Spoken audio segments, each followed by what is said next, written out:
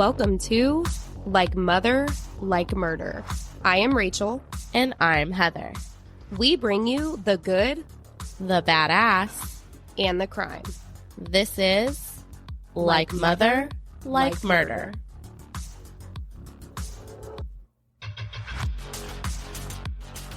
We are back for another episode of Like Mother, Like Murder. But before we get into this, I have to redeem myself because recently, while recording with the very special guest we have on today, I completely made a fool of myself by breaking my cork and then trying to stab it with a straw and then having it literally fly back in my face. So tonight, I am redeeming myself. Yes, girl.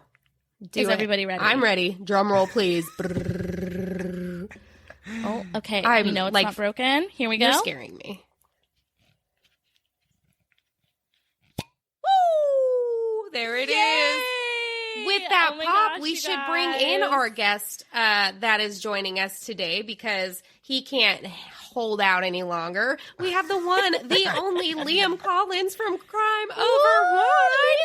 Oh my gosh, it is so great to be back. I feel like I'm home right now. Honestly, this is so fantastic. Home. Well, I am home, but literally and figuratively home. I feel like I'm home right now. I love that. And you know what? Home is where the Liam is. So It we sure feel is. like It sure is. I love that. we feel that.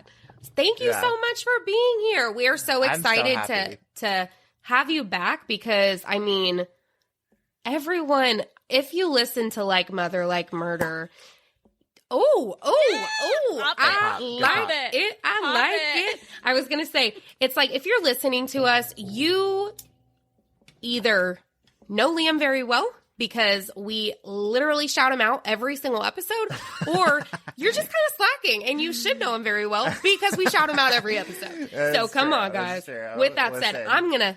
I'm gonna pop. Here we Yeah, go. Rachel's behind for probably the first time in wine history. Rachel is the last one to be getting on the wine train.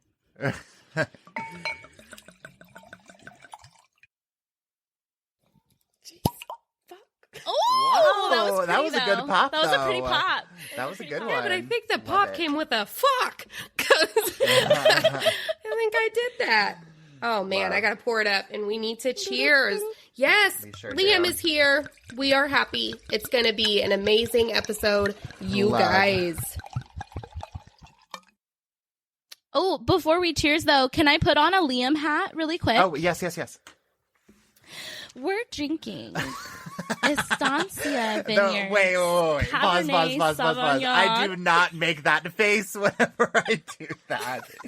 She's like, this week we're drinking Estancia. I'm trying to be, and I'm like even holding it like a sommelier, like, ooh. I don't But you do know that. what? Really quickly, before I tell you guys about this amazing wine that Liam picked out for us, I went to 4 freaking stores to find this wine. Wow. And I have to tell you, when I found it, I was so freaking excited.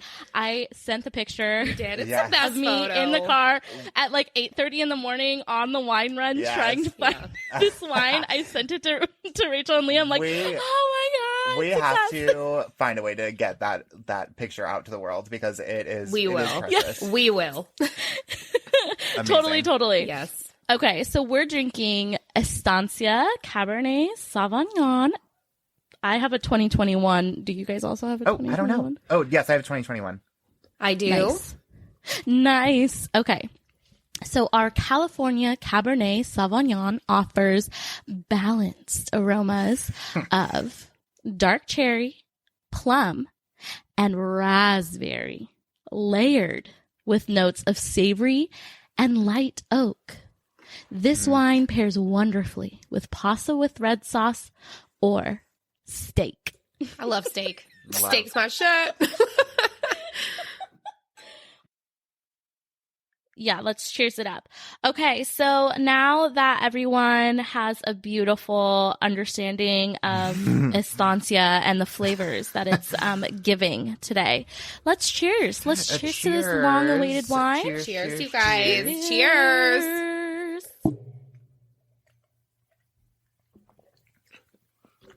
Oh, plum. That is plummy.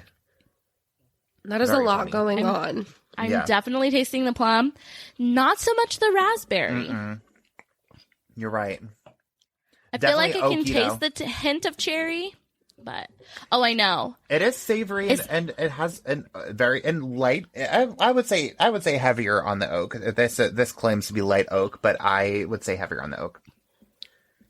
And I'm usually not a fan of oak, but I feel like this doesn't have the buttery oaky that like I usually don't like. In Chardonnays, yeah, So you're right. I'm not mad at it. Yeah. That's pretty good. When you were reading when you were doing your Liam hat, as you say it every time, when you were saying the different fruits in there, instantly I was like, no. Because, I mean, I don't know, hearing it is so different, but this has a lot going on. Going on. So this first couple tastes, I'm like, we'll see how this goes. Yeah. I will check back in later. Yeah, right. But it's like it's thick. It's very bold. It's Right. You have a whole lot of fruit flavors going on in there all at the same Yes. time. So it's for that wine drinker that like really wants to just like really like come out like when you the second that it hits your tongue, like that's what you're getting here for sure. And maybe as it opens up, ooh, and look Yeah. at the legs on her. Yeah, it could. Beautiful. It could very well soften up and some of the flavors kind of mellow out a little bit more the longer it airs out. So We will let you know. Yeah, we We sure will definitely check back in. We sure will.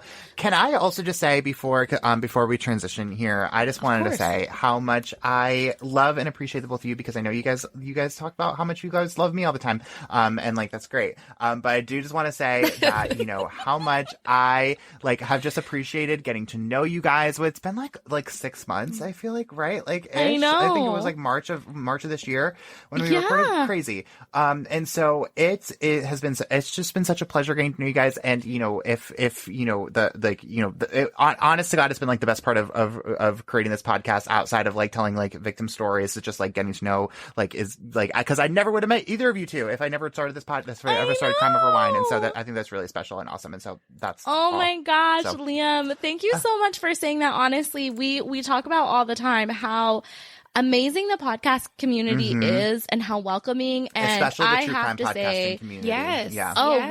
100% so supportive. And I just have to say that like from day one of introducing each other, I was like, oh, that's it. Podcast besties for Yes. life. Like And We the hit the rest jackpot. was I'm just history. Yeah, we did. we're so blessed to have Yeah. you, and so excited to have you on today's episode. Yes. Because y'all, we have a very special treat for you. Yes. Now, if you are like us and you listen to Crime Over Wine all the time, you will be very excited today because Liam is going to do a little Crime Over Wine takeover. And he is going to tell us the most amazing Crime Over Wine story. And it's very exciting for Rachel and I, because we get to both of us get to sit back with our glass of wine and don't have to read and tell a story. And Liam gets to tell us about the case. Yes. Before we get into that though, Liam, do you, for any of you who maybe this is your first episode and you haven't heard us gush about Liam a million times, do you want to tell them just a little bit about Crime Over Wine? Oh, of course. And yeah, and also too, so Rachel and Heather did the same thing on Crime Over Wine last week, when everyone's listened to this episode. So that will be, so you guys can go listen to that if you guys are, y'all did like an older case, right? So if y'all are Yes. newer, Yes. to like Mother Like Murder, that case is out there too. So go check that out as well. And also obviously just go check out like everything Rachel and Heather do because they are fantastic. But yeah, so my name's Liam. Collins. There you go. I am the host of Crime Over Wine. I drop new episodes every Wednesday, on my podcast. You can find our podcast, no matter everywhere you find your podcast, no matter where you listen to your podcast, you can find us out there. And yeah, I tell you guys a new head scratching case every single week, over a new bottle of wine every single week. We give you a wine review with a new guest. I have different guests on every week too, so you can get different voices and new personalities in there. Rachel and Heather were on episode 12 of this podcast. Again, if you guys have not heard us talk all about Darlie Routier, you guys are living under a rock because we talk about Carly Ruth DA on every single platform that we have, and we're obsessed with that case, as again, anyone who's listened to more than 2 seconds of us knows. But yeah, so my background is in local news reporting. I was 3 years as a local news reporter, and I just realized that there were so many cases that were just not getting the attention that they deserved. Right. And so I really just wanted to have a platform to tell those stories, without an editor like over my shoulder, like telling me what to do, or that's not current enough or whatever. I can do whatever the heck I want on Crime Over Wine. Yes. And it's really empowering to tell these stories and to give people voices who, especially the lesser known cases who don't have their own voices, and nobody's taking, lending their voice to them. It's a privilege, frankly, to be able to do that, as I'm sure you both can agree to that. Oh my God, I just got goosebumps, Liam. That was so well said. That seriously though, we talk about that a lot too here on Mother Like Murder, and we get the name out there. Right. Shout it from the rooftops, from any platform you can, because like you said, no matter how big or small a case may be, it deserves, its time, and that way it deserves. And I just got goosebumps thinking about the Betty. I've only had 2 sips of this, and I swear I'm already emotional. The Betty Willis case, and just the amazing work that came out of that, and oh my goodness. So yes, thank you, Liam. You said that so well. So exciting to have you here on Mother Like Murder. Love it. I felt like I wasn't able to get a word in there because you guys are just in love over there. Gossiping. Just kidding. Gushing no, about each I'm other, just kidding. about each other. No, what I was going to I'm totally joking. But no, we're the perfect throuple. Trust me, I am Truly. loud enough Truly. to make my way into any conversation. So I was absolutely joking. But I was going to add for all of you guys how Heather had said if you're new here. So yes, he brings that voice and everything, but his professionalism and his style, and the fact that he is just very he loves what he's doing, and he's doing it for a reason, right? And you want to believe every podcaster is there doing that exact same thing, but he does it in a way that's beautiful, and you get to drink wine right along with him. So True. 100% jump on board if you have not. Love it. We can't say it enough. I love it. Well, Yeah.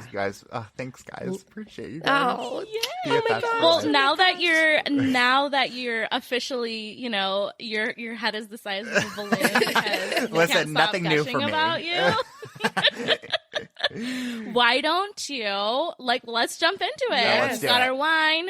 Okay. We've got this. We've got this going. Let's do it. So we covered this case on Crime Over Wine, as you both are aware, and so I'm hoping that it was a long time ago. So I'm hoping that both your memories have faded a little bit since then.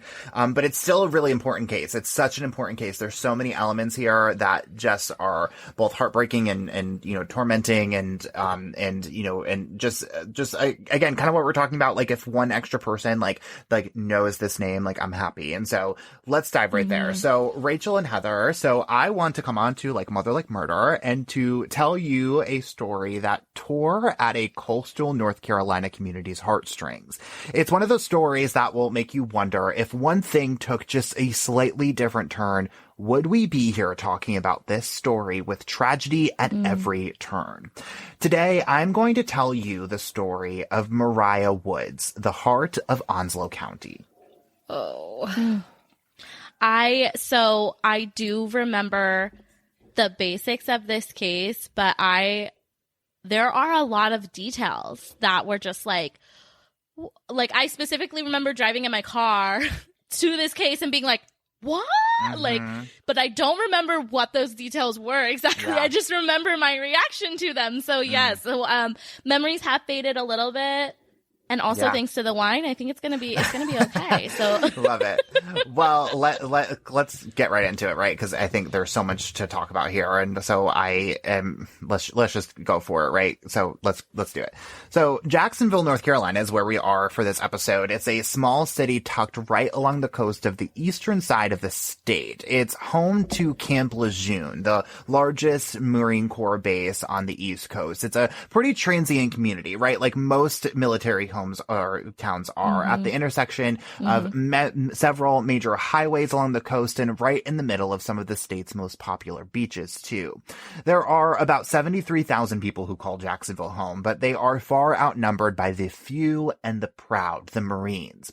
There are an estimated 137,000 Marines stationed at Camp Lejeune on any given day. In all, there are an estimated 180,000 people who live there, with the entire community encompassed. It's a heavily male community with a median age of 23 years old and a median household income of just $47,000.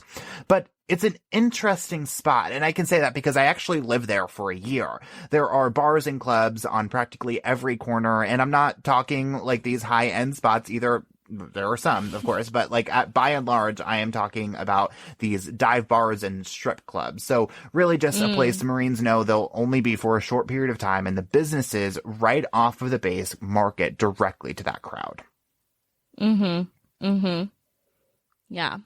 That reminds me a lot of, so we grew up in California, and where we grew up was not too far from Oceanside, which has Camp Pendleton, which I swear was like you could have been describing the same place. Well, and it's like crazy how these marine or military towns they all look the same. It's like you drive out and 2 miles radius outside of the base is like every single like commercial like corporate store that you could possibly ever want, and then once you get out of that little pocket, like there's nothing there. Like it's just wide open space, right? Yeah. Well, it's like those military towns, like it's like its own little world, its own little community, like 100%. So and it really like it tends to like define that community too in like a really important way, and I think in like a really interesting way for what we're about to talk about here, just in this case in general. So but it really is like a pretty part of the state too. Sneads Ferry, Topsail Beach, and Emerald Isle are just up the road, and so there are some people who decide that they want to plant their roots there. The Woods family was one of those families, and I say family kind of loosely, only because like there is Christy Woods' 3-year-old Mariah and her 10 and 5-year-old brothers, but Christy also has a live-in boyfriend named Earl Kimry, whose real first name is actually Adolphus, but he goes by Earl, but that's going to come up a little bit later on. But Earl, though, is not the father of any of these children. He just lives with the family.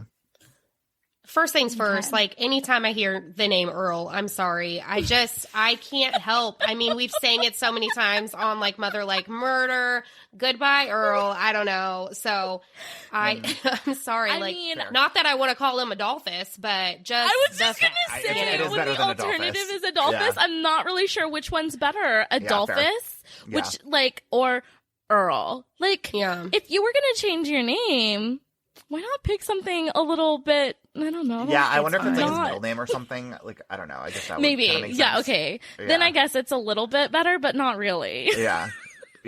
Sorry, I would not voluntarily go by Earl. That's for darn sure. But Alex Woods, though, is so changing, characters here a little bit. He is the children's birth father, but he says at this point, he hasn't seen any of his kids in almost a year. Christy has custody of them, but Alex is actually fighting that in court. The week of November 27th, 2017, they actually have a court hearing scheduled for that Friday. Alex has a fiance named Heather Kraft who has kids of her own, but Alex says his children aren't safe inside of Christy and Earl's home. He's trying to make that case to a judge, which is, again, his argument for why they should come live with him. And there are some accusations of drug abuse, some reports of violence, etc., which makes me wonder, like, what made a judge grant Christy custody over Alex to begin with? Like, if Christy's so bad, like, how bad is it for Alex and at the end of the day, right?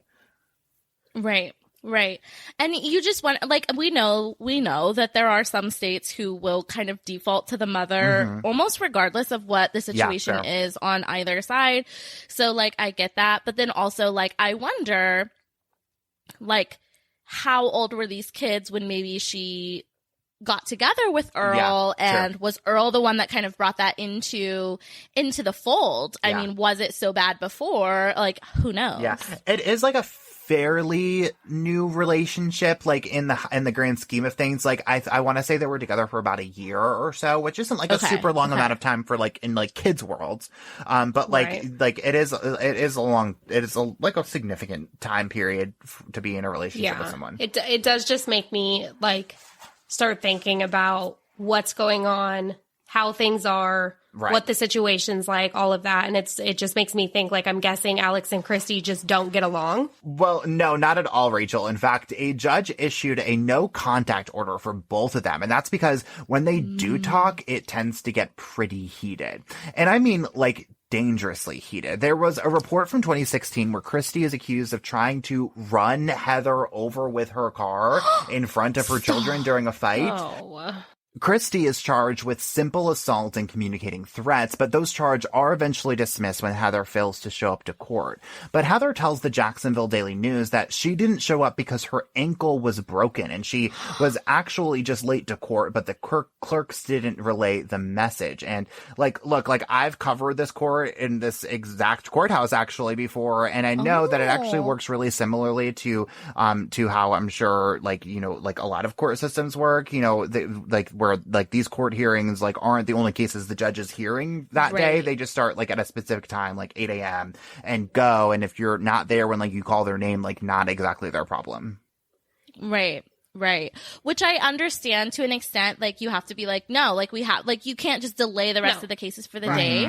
But I also feel like just because she didn't show up, if she had a reason, like a legitimate reason for not being there, like, hey, her ankle was broken and she's like trying to climb up 50 stairs, like, you know, I don't feel like the charges should just be dismissed. I also feel maybe like you delay the case. If you have a broken leg, you should also probably try to show up earlier to get up those stairs. I mean, there is that. I'm sorry, but I mean, that's where my brain would be. I'd be like, you know what? I have to be the first person here because someone's going to need to wheelchair my ass up here so that I make it to this court case. And I never really saw any like verification that she like actually broke her leg, to be fair, but like no reason to believe that she's lying, but like, you know, I don't necessarily. Wait, what was that face you just did? That makes me think she's lying. It's possible. I mean, look, I mean, I have no reason to believe she is, and I have no reason to say that she isn't necessarily. But yeah, I don't know. I've seen some like wild ways for people to get out of a court case. Or, like, I mean, but it is used for it. You know, when it comes to court and all of that kind of stuff, though, they can't wait on you. They're not going to sit around. There are too many things going on. There's too many things happening on a day-to-day basis on the entire scope, right? So figure it out, be there on time, and don't break your leg if that's the situation. True. Well, Alex tells the JD News, again, these are the kid's father, that he has had some serious problems getting a judge to take the case seriously. He's been trying so hard to get the case heard. And he says because he can't afford a lawyer, no judge will see him. So on November 26, 2017, Christy Earl and her 3 kids returned to their trailer in Jacksonville, North Carolina around 8:30 that night from a vacation. They put the kids to sleep, which they said was a little late for them. Actually, the kids usually go to sleep around 7. But around 11 that night, Earl and Christy later tell police the following story. They check on Mariah to make sure that she was still sleeping, and she was. And then a little while later, Mariah wakes up and goes to the living room to see Christy and Earl, who then, you know, turn her right back around and put her back to bed.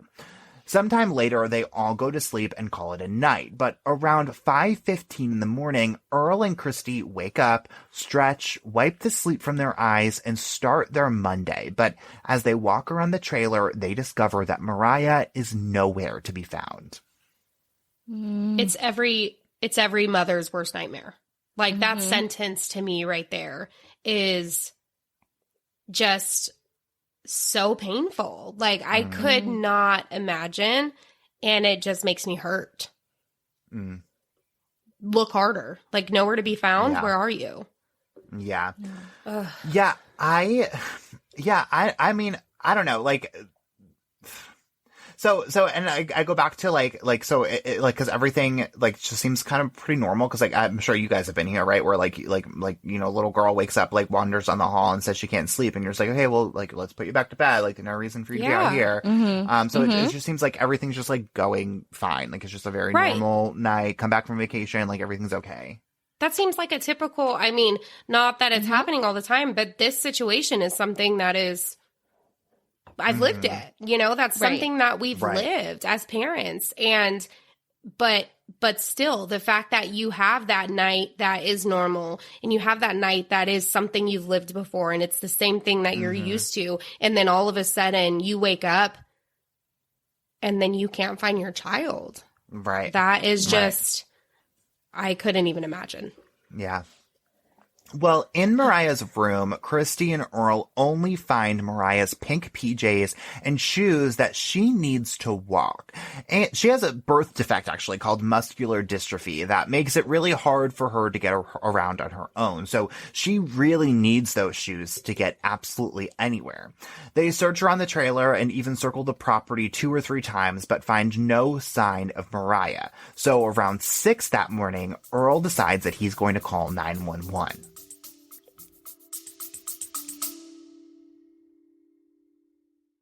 Hello, twisted humans. Do you find yourself wanting to know more about the latest murder, conspiracy, cult, or haunting? Then this is the podcast for you. In 1952, there was a record high of UFOs reported. 1,500 sightings. There has been evidence of human sacrifice, devil worship, and it is haunted by more spirits than can be counted. A family of 2 adults and 2 kids reportedly saw a giant flying thing with glowing red eyes. And meanwhile, the family's nanny that helped Veronica to care for her and Lucian's children was found bludgeoned to death in the basement of their family home. I'm Alicia. And I'm Sierra, and this is Twisted and Uncorked. What was the address of the emergency? Yes, ma'am. I'm at 2405 Dustin Gavin Road, Lot 7. Could you repeat the address for verification, sir? 2405 Lot 7 Dustin Gavin Road. And tell me exactly what happened. CEO is nowhere to be found. We have looked everywhere in our house, in our yard, and our little girl she's missing. Okay, how old is she, sir? She's 3 years old. Okay, so let me get some information from you, okay? Yes, ma'am. All right, so when was the last time you seen her? We went to bed last night. Everyone went to bed at the same time. And what time is that, sir? Maybe 8 o'clock, 8:30.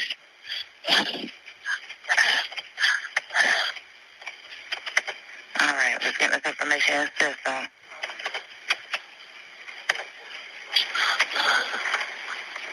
And you looked in the bedroom, under the bed, and everywhere, sir? Not able to? Everyone's closets under, and everywhere we went to the house 2 or 3 times. Okay. In the yard. It's not like her to go outside at all. But not in the middle of the night or in the morning by herself. Yes, and now does she have a physical, medical, or mental condition we need to be aware of? She has muscular dystrophy. She's palsy. She goes down a lot. That's it. And otherwise, she's perfectly able. Okay. So wait, he said 8 o'clock, 8:30. Right. Yeah. But wait, in the call he said 8 o'clock, 8:30. But I thought you said that Mariah could, like, just like Rachel said, this happens all the time. If you have kids, that she woke up around 11 and they put her back to sleep. Yeah, right. Very good call out there for sure. So spoiler alert, that's going to become like a real problem for Earl and Christy at some point. They changed their story quite a bit in the early days of this investigation. But the story I told you before is the final story that they end up sticking with. Completely out of breath, Earl describes to the operator what Mariah may be looking like right now.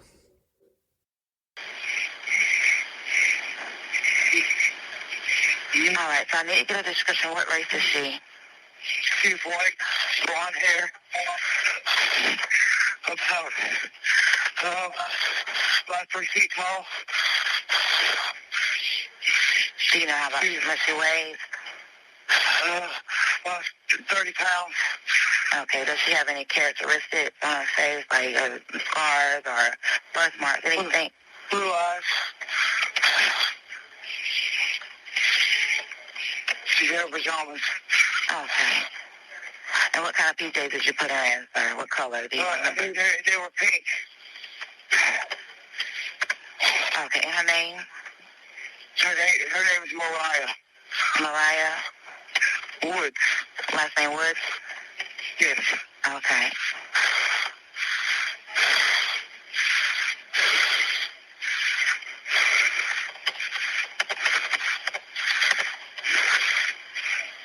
All right, sir.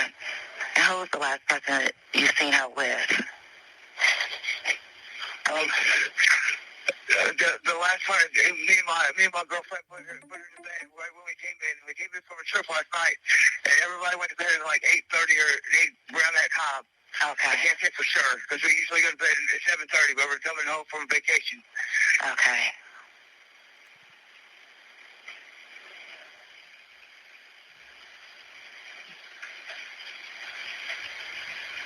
And do you know anywhere that she might go at all? Or neighbors or anywhere? No, we don't. We haven't been living very long. We don't have any neighbors that are friendly. Okay. Has she been missing before, sir?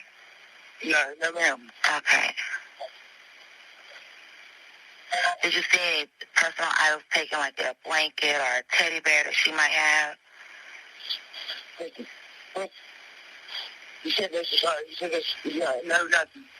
She could. My girlfriend said that it was almost a few things are laying in the floor in there. What's on the floor? She said that it's almost a she put her laying beside. So you're fading out, sir. Hello? Can you hear me now? Yes, sir. Now, what were you saying? She said that the pajamas she put her to bed in are laying beside her bed. Okay. So she's not in the pink pajamas? They're pink footy pajamas. I can't recall exactly what she went to bed in because I didn't dress her. Okay.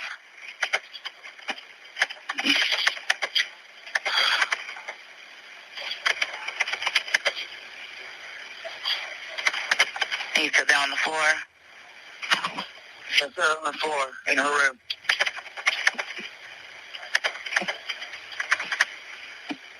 And does she have any kind of trackable device with her, sir, like a tablet or anything that we can track GPS? No. And who has legal custody, sir? Her mother, Christy Woods. Is that with a K or a C? With a K.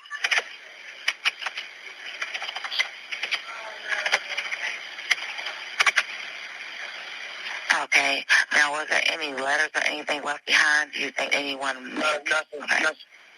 And she lives into her. Okay. And may I have your name, sir?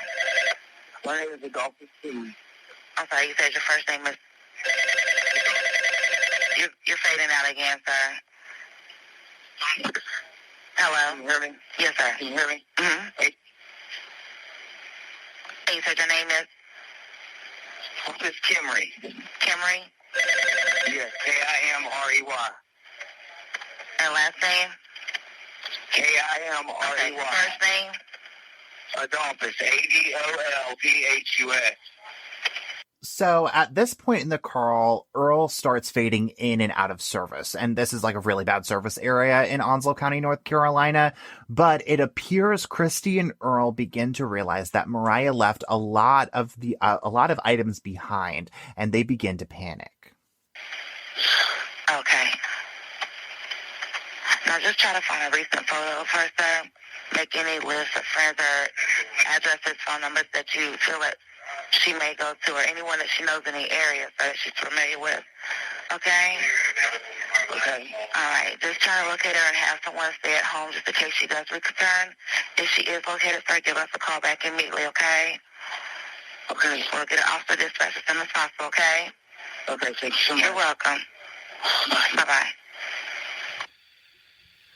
Okay, first of all, like, y'all know, like, 911 calls are, like, not my thing. My heart is pounding. Yeah, you're, like, hyperventilating I've right now. never been good at 911 calls.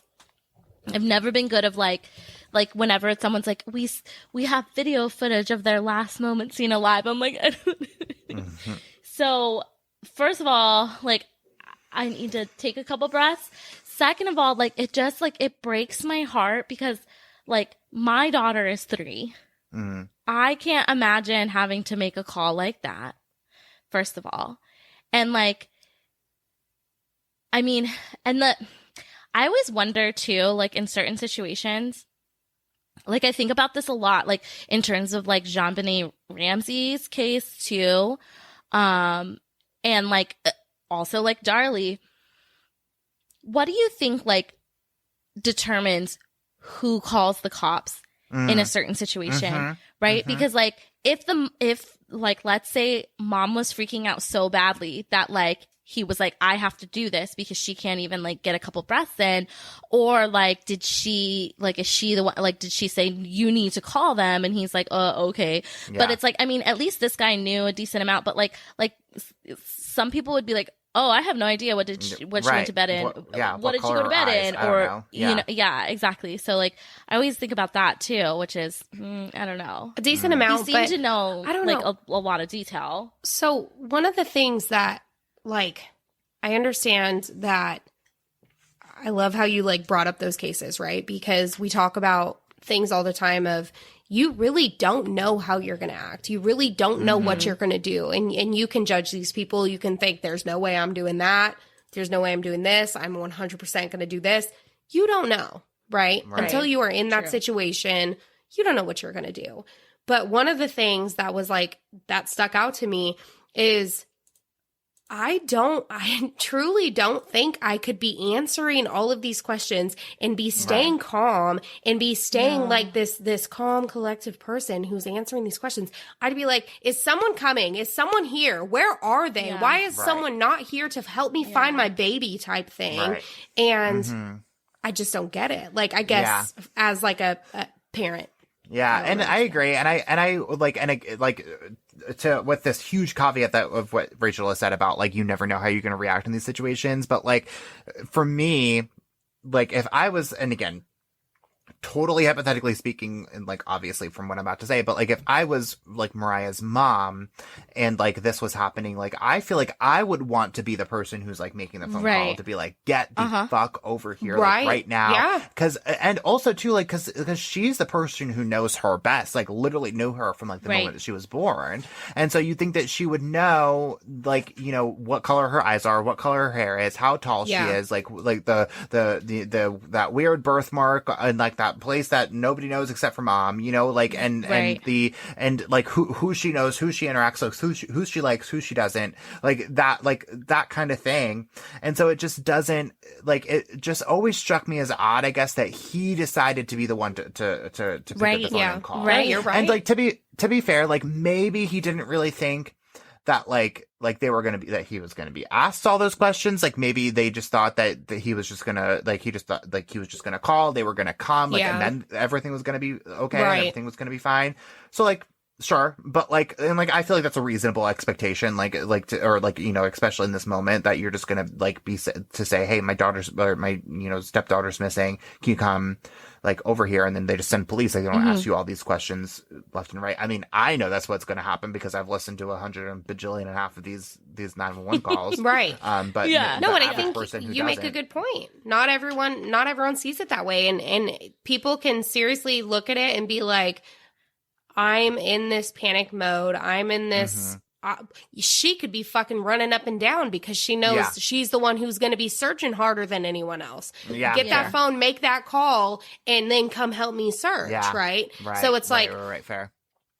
That could happen, and you could think it's only going to be a quick, this is our address, this is what's going on, please send someone right now, I'm hanging up the phone, and then going with it. But that did. It kind of dragged on, and it kind of was, I mean, I understand the reasoning for questioning. I understand, you know, the dispatcher doing what they need to do. And I get that. But at the same time, for me, like as a person, I don't know how I'd be able to stay on the phone. I would be running around trying to find my baby. I wouldn't be able to answer the questions. I'd be out of breath from like running up and down. I would say, what do you mean? Are you here? What do you mean? Are you here? What do you mean? Are you here? But like on the same token, kind of like you said, Liam, I would also be the one to be like, no, I'm making this fucking call. Right. Because like me being who I am, I need that like whatever Control. to know like as much as I trust my husband, I'm like, no, I'm making this fucking call and I am telling you exactly what they went to sleep in. And I'm telling you exactly where that birthmark is. And I'm telling you exactly how long her hair is and the color of her eyes because I'm not going to get those things wrong. So I see both sides for sure. Well, that day, an Amber Alert is issued statewide, and as he tells WCTI, the ABC affiliate in New Bern, North Carolina, that is how Alex Woods finds out that his daughter is missing. He is driving to work when he gets the alert, pulls over, and calls his ex-wife begging her to tell him that it was all a mistake. But it wasn't. Mariah's disappearance captures the entire city by storm. Hundreds of people step up to try and find her. And Rachel, Heather, I want to show you this video that the North Carolina Highway Patrol takes of active searches to show you just how extensive these searches actually are. Oh my God, look at them lining the street. Isn't that crazy? That is insane. That's so amazing. And that's exactly how it should be. Facts. And it's just crazy because and this is going to sound like weird. And we talked about this again when we first did this case on Crime Over Wine. But just about how like this, it's a tight community. Like, don't get me wrong. Like in terms of just like everyone knows everyone, that kind of thing. But it's very, like disorganized in terms of like the connectivity to things. Cause it's not like you have like these pockets of neighborhoods. Whereas, like, you know, most cities, like, you have, like, they're all connected. You can, like, you know, get onto sidewalks and walk over there. And it's, like, you don't have to walk across, like, any, like, super, like, crazy main roads. But you, how do I get out of this? So the fact that that all these people like figured out how to organize and come together, I mean, it had to be, I mean, what, like, you had to guess like 100+ people, like, showing out to search for this girl, which, like, doesn't sound like a lot for, like, you know, like California standards maybe, but, like, it does sound like that's a lot for rural North Carolina, you know, to come out and search for this young girl. You know, it's crazy. And I think that just that is like the breath. And like, we're going to link, like I linked to this, like in my, on my website, crimeoverwine.com, if y'all are interested, so you can see it for yourself. But I think it just shows like how much like this story had like really captured people already. For sure.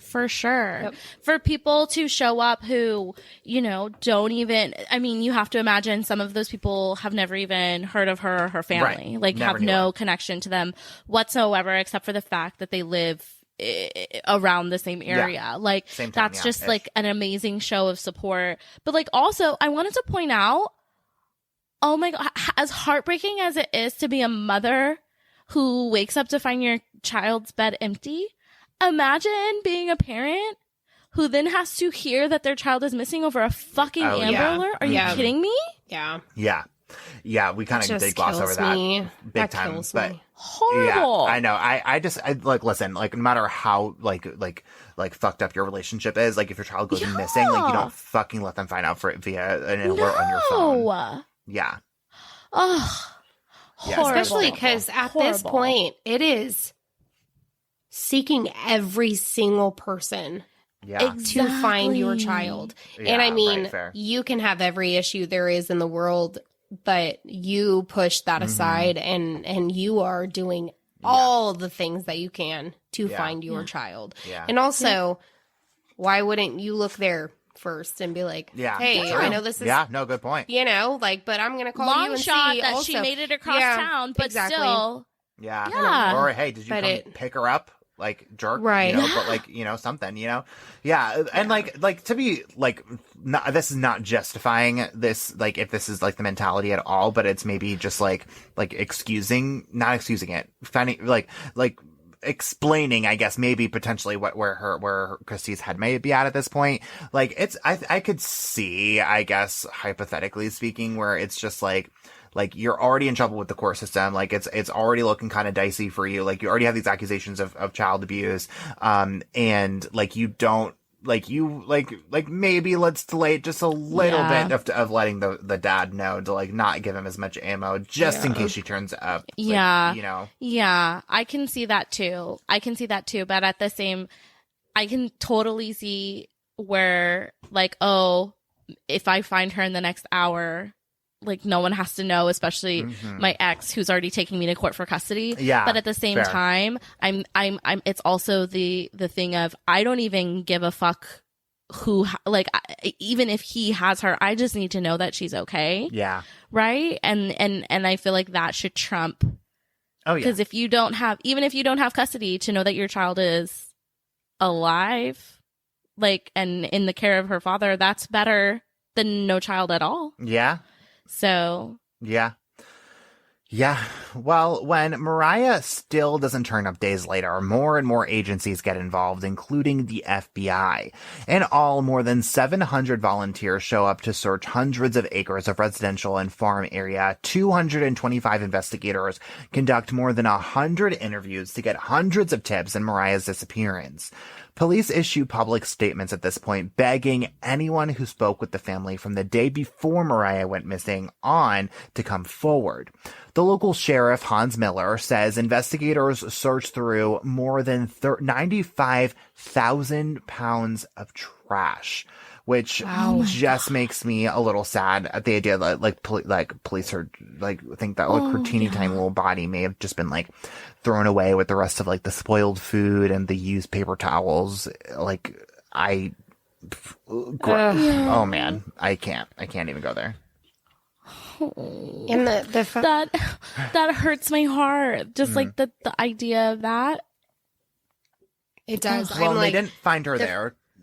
Like, put a little, but still, like imagine being being like, we need to search this area, right. And then just like part of you is hoping, like, just for the sake of finding something, like, Lord, I hope we find something. Right. But then the other part of you is saying, God, I hope I don't find anything. Yeah, right. You know? Good point.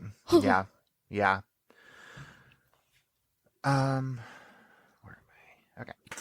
Well, Mariah's parents, Christy and Alex, are begging the public for help. Christy is emotional, crying out for whoever has her daughter to bring her home. Alex is also doing completely separate television interviews with his fiance, and at times he kind of puts some doubt on the story Christy and Earl are telling police at this point. He tells ABC 11 in Raleigh that he's wondering how a young girl could have been taken from this trailer, or at the very least left on her own in the middle of the night without two adults and two older boys hearing a thing. Yeah. For sure. I mean, especially because first of all, it's a trailer. Right. So it's a lot smaller. Like every creek, like my great grandma lived in a trailer the whole time she was here in the States. And it, like, you can't get up out of bed. No. Yeah. Yeah. You can't, you literally cannot get up out of your bed without the whole, everybody in the trailer hearing. And just as a mom of a 3-year-old, I'm sure that this goes away at some point. So maybe, you know, because she has older kids, maybe it goes away. But like, I hear the smallest sound and I'm like, where are my kids? Like I'm double checking. Right. And so, like, I can't imagine. Yeah, definitely. Well, I mean, I would definitely have doubts. Thin. I was saying, like, and like walls are thin in these kind of trailers, right? Like, I mean, it's not like where we're at, right? Like, I'm in my soundproof closet, not soundproof, but like basically, it's not like it's not that kind of like infrastructure we're talking about here. See, but if the other thing is like if someone came in and this baby, this toddler, didn't know this person, they're making a noise, they're making a sound. Oh yeah, you know what I mean? Sure. And even if they did know the person, there's something happening, you know? Right. So it's just the fact that nothing was heard is it just nothing is seeming right. Not right buying now. it. None of it is seeming right. like, and again, so we're talking about like an infrastructure where like literally like you make a wrong turn and like the entire like house shakes, right? Like the entire trailer shakes. Right. And it's like that door that makes too much noise. It's like that one floorboard that like wakes up the entire house. It's like, that's what we're talking about here. And like, I'm not exaggerating at all. Right. And so and two, like, so it's like, it's Christy and Earl, and then there's Mariah, and then her two older brothers, all in this trailer, like there's 5 people in this trailer, like they are in close quarters for sure. Oh, for like sure. Sharing bedrooms that are like basically like right next to each other. So For sure. Some trailers are, there are so many that are larger and bigger and made better, or, you know, whatever it is.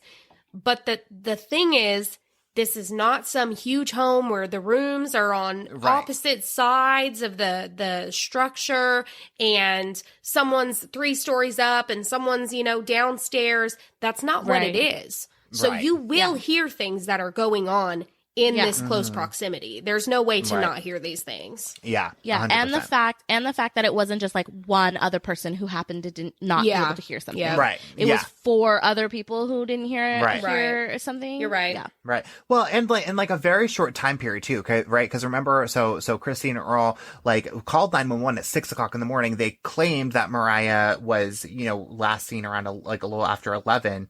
So it's like, from my perspective, right? Like you like search for an hour-ish, right? Before deciding to call 911, or I think they said like 30 minutes or so, right? And so like that, so point being is like the timeline's getting much smaller here. And and remember too, like Christy and Earl were both awake when Mariah like woke up and went into the living room. And so like they went to bed like shortly after that. And so point being is like the amount of time that like this all could have happened in is pretty small in you know, in hindsight here, in like the grand scheme of things. And so like I just can't imagine that they were that deep asleep. And then like, you know what I mean? Like the time that they were actually sleeping, it was not very long if we're to believe the story that someone came into the house and stole her in the middle of the night. Right. Yep. For sure. Yep. Well, this is the point in the story that things start to take a turn, and eyes start looking elsewhere. And it's because parts of Earl and Christy's story are just not making a whole lot of sense. All right, let's do wine. One thing I have to say about wine is that in my 20s, I probably could have had a whole bottle to myself and just been like a little tired maybe in the morning. Yeah. Maybe just like need to pop a Tylenol and go about my day, you know, whatever. Now in my 30s, I die. Yeah. No, same. Gonna lie, I die. And that is probably part of the reason that I honestly have switched to more reds, because I used to literally be like, white wine, like give me all the Pinot Grigio, like no, I need, and that's exactly what it was. My hangovers in my 30s after white wine was insane, but the red wine doesn't quite do that. Now, question: do you guys taste any raspberry at this point? No, because I'm not really getting it yet. I will say it's blending together very nicely though, because I feel like the flavors were pretty distinct at the beginning, but now that it's blended or aired out for a while, I feel like they're blending together very nicely. Agree. Yeah. Well, you guys can talk about the flavors all you want. All I know is I'm tasting Estancia. Yeah. Sponsored by Estancia. Just kidding. Not actually. Well, do you say Estancia? Estancia. Is it Estancia? Well, it's California, so I feel like we can say.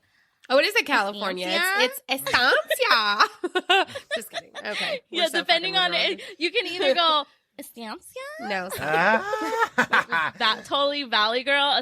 Actually, it's probably Paso Robles. No, it's like I'm a Barbie girl in Estancia. San Miguel. Drinking wine now. Yeah. Okay. Guys, talking crime now. Okay, I'm fucking. That was so good, Rachel. I love that. I'm done. New Quick question: theme song. New theme is song. 14% Is that normal for wine? That's a little higher. I feel like I was thinking the same thing because the alcohol, like you can taste the alcohol a little bit more poignantly. And I was like, damn, what the hell? And then I looked at it and I was 14. like, 14%. I feel like normal is like 11, 12 now. Right? Yeah. I thought 14 seemed a little high. Yeah. A little high. Yeah, no wonder But I'm I drunk. do agree. Jeez. I think this is opening up nicely. Now, Liam, please tell me, do I need to take a big gulp before we get back into this? Because is it going to get Probably. a little wild? I think Okay. you should Here probably we just go. like down the rest of your glass because I think you're probably going to need the rest of that. Okay. Yeah, put the glass down, grab the bottle, because whatever he's about to Yeah, talk about, honestly. I'm not sure if I'm ready. For real. I For real. know. You guys, hold on to your seats here. Police start questioning the family, and frankly, that isn't too uncommon in investigations involving missing children, right? But this starts to look a bit different because police begin getting suspicious of the story the couple is telling police officers. And if you remember, Rachel and Heather, it's at this point they start telling officers that they put Mariah to bed around 11:30. But Earl told 911 operators that the last time they saw her was around 11:30 the night, was around 8:30 the night before. Yeah, and that's a big like gap in because there's a lot, like I feel like that's a lot can happen between like that 3 hours is a big time gap for sure. 3 hours is like, a big time gap, but sorry, go ahead. No, please. I was just going to say, I always feel like I'm the person who's trying to like see things from different sides. And I'm also like, how many times have we talked about a case where someone leaves out a detail because things are crazy when they're talking about them, right? So like you could easily like mess something up like that, but it's just crazy in this kind, I mean, any of them, but this case specifically, you are trying to give every single detail, every single thing because she's missing. It's not like and I don't want to say this lightly whatsoever, but it's not like a murder where you are saying times and maybe you're messing up, whatever. This is, you're still trying to find the person. So you need every single detail that you are giving to be exactly spot on to try to find that person. So it's crazy to me how that's just off.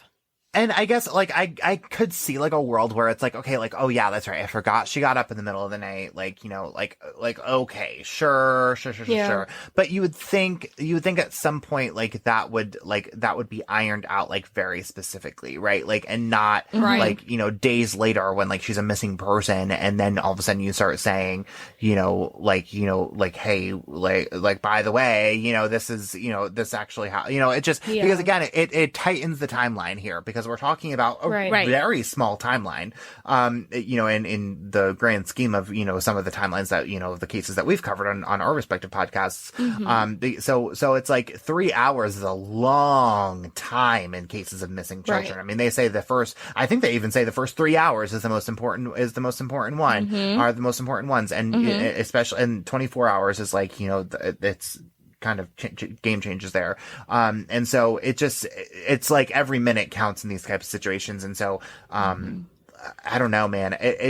Like, to be fair, I guess, like, if they were up at 11:30, then, like, they know that, like, nothing really happened before that, right? Because they were in the trailer, like, sure. So But I don't know. All the more reason to get that right then, though. Right. All the more reason to get that right. Because, like, I can see if, like, okay, we all went to bed at, you know, 8:30 or something. That's the other thing that gets me is he goes, we all went to bed about the same time. That's something you remember versus we were still awake. You know, or we put the kids to bed and then we stayed up for a couple of hours. That is something you remember. Right. And I will definitely be the first to say, when I get woken up in the middle of the night by my kid, I have to go in there. And then the next day I have like, was that a fever dream? Like, did I actually go in there? Was that last night? Was that 2 nights ago? Yeah. Like, because you're woken up out of your sleep to do it. But their story is they were still awake. Right. So that is more than memorable. Right. Yeah. So that, and like I can totally actively see too, right?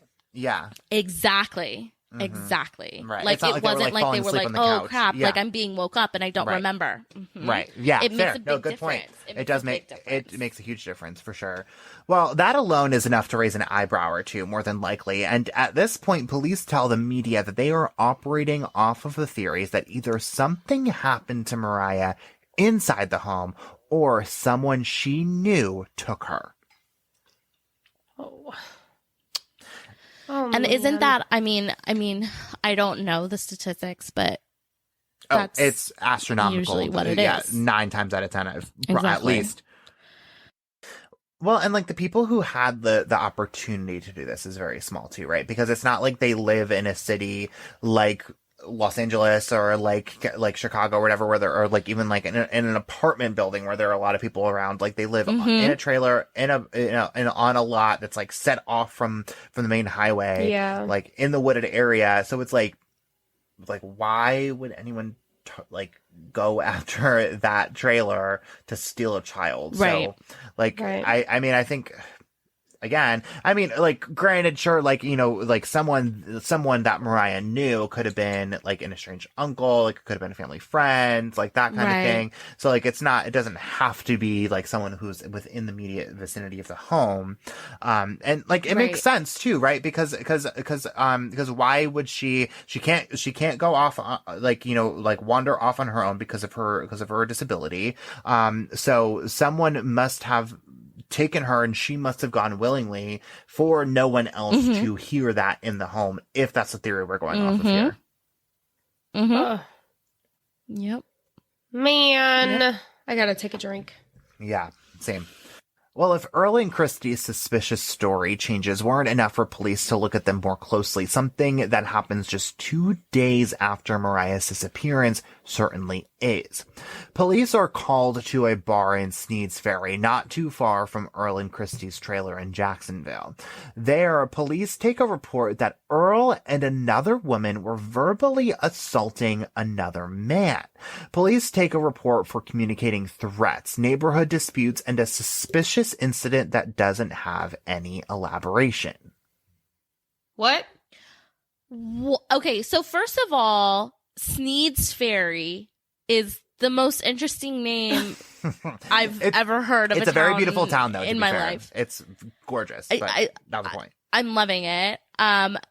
Like, oh, have you been on over to Sneads Ferry? Earl and another woman. Yeah. Yeah, and that's the other thing is what? Yeah. So I know. So to be clear, like when I mean another woman, like I mean like an undisclosed woman. So it's possible it was Christy, but I feel like that would have been documented, especially knowing what was happening. Right. Oh, for sure. On. Yeah. So and assaulting another man. Right. Exactly. And so. Yeah, so I don't know what the fuck this all means, but like where I go back to, like, regardless of all that, right? Like, why the fuck are you in a bar 2 days after this young girl goes missing? Oh yeah, for sure. It's like, what are you doing there? Like, what's like you should be out looking for at home. Yeah, be at home. Yeah, exactly. But I mean, not to like judge someone for their actions, but like if you're going to be in a bar, like maybe don't get the police called on you. Yeah. Yeah. Man. It just makes you look real suspicious. I mean, that's the 911 operator told you. Stay home in case, have someone stay home in case she comes home. Right. Exactly. Or be out there searching. Like, what are you doing? 2 days? 2 days? Yeah. Like, why are you even thinking about Sneads Ferry? Yeah. And like a suspicious incident that doesn't have any elaboration. Like, I don't really understand what that means. And like, but I really want to know, like what happened, I guess. Yeah, like, for sure. That I don't really, know. like, are you about to get into that? Because that's just going to absolutely No. drive me crazy. I know, No? I agree. But I do have a theory about it, and like this is just totally my own thing, because a lot of times when like something like because when an incident happens and like it's totally so like for example here, right? Like we're like this is a totally separate investigation from what's happening with Mariah Woods, right? So like you have to investigate that totally independently, but like obviously it's connected, and so the people who are working the Mariah Woods case like are taking note of that. So like point being is that like legally, like you have to make these kinds of reports public, and so and like you know and available, and so because again totally unrelated to whatever ongoing investigation is going on with Mariah, and so my initial thought goes to that the suspicious incident possibly had something in some way, shape, or form to do with Mariah somehow. I don't know what that could possibly be, but like in a way that was like caught police's attention to be like, wait a minute, like this is the guy who called 911 about the little girl.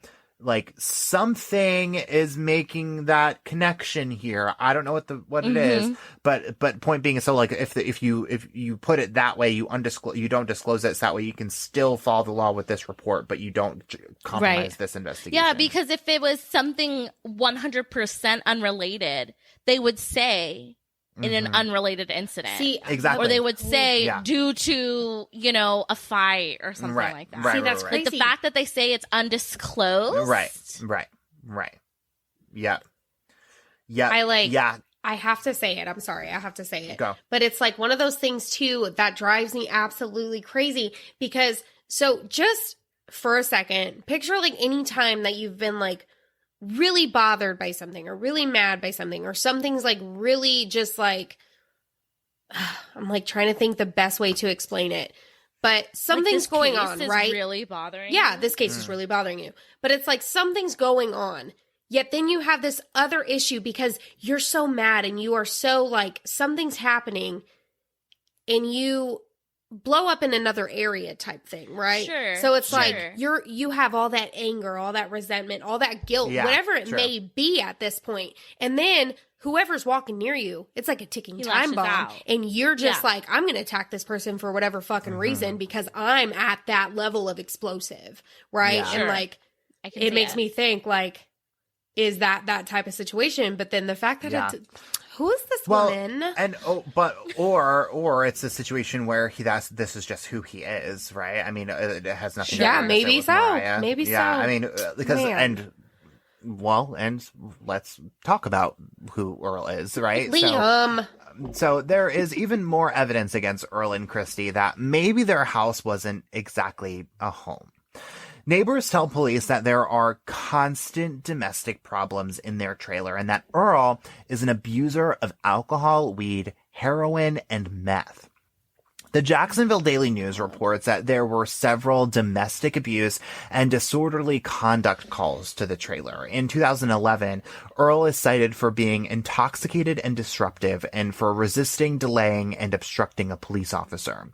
In 2016, there is a call about an assault against a minor where that minor suffered minor injuries. And if that wasn't enough for police, neighbors tell officers that the night before Mariah's disappearance, they saw Earl walking to the car around 11:30 at night with an object they described as being just bigger than a book bag. No. What?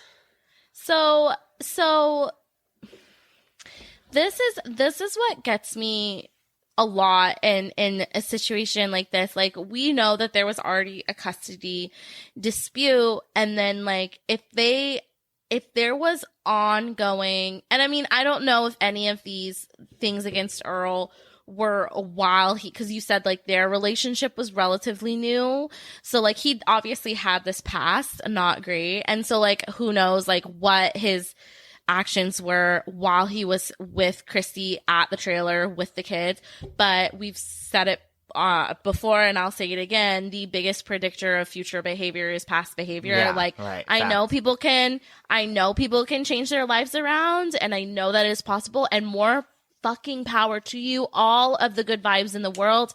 If you decide I need to do something with my life and you make that 180 change, I am so proud of you and keep it up.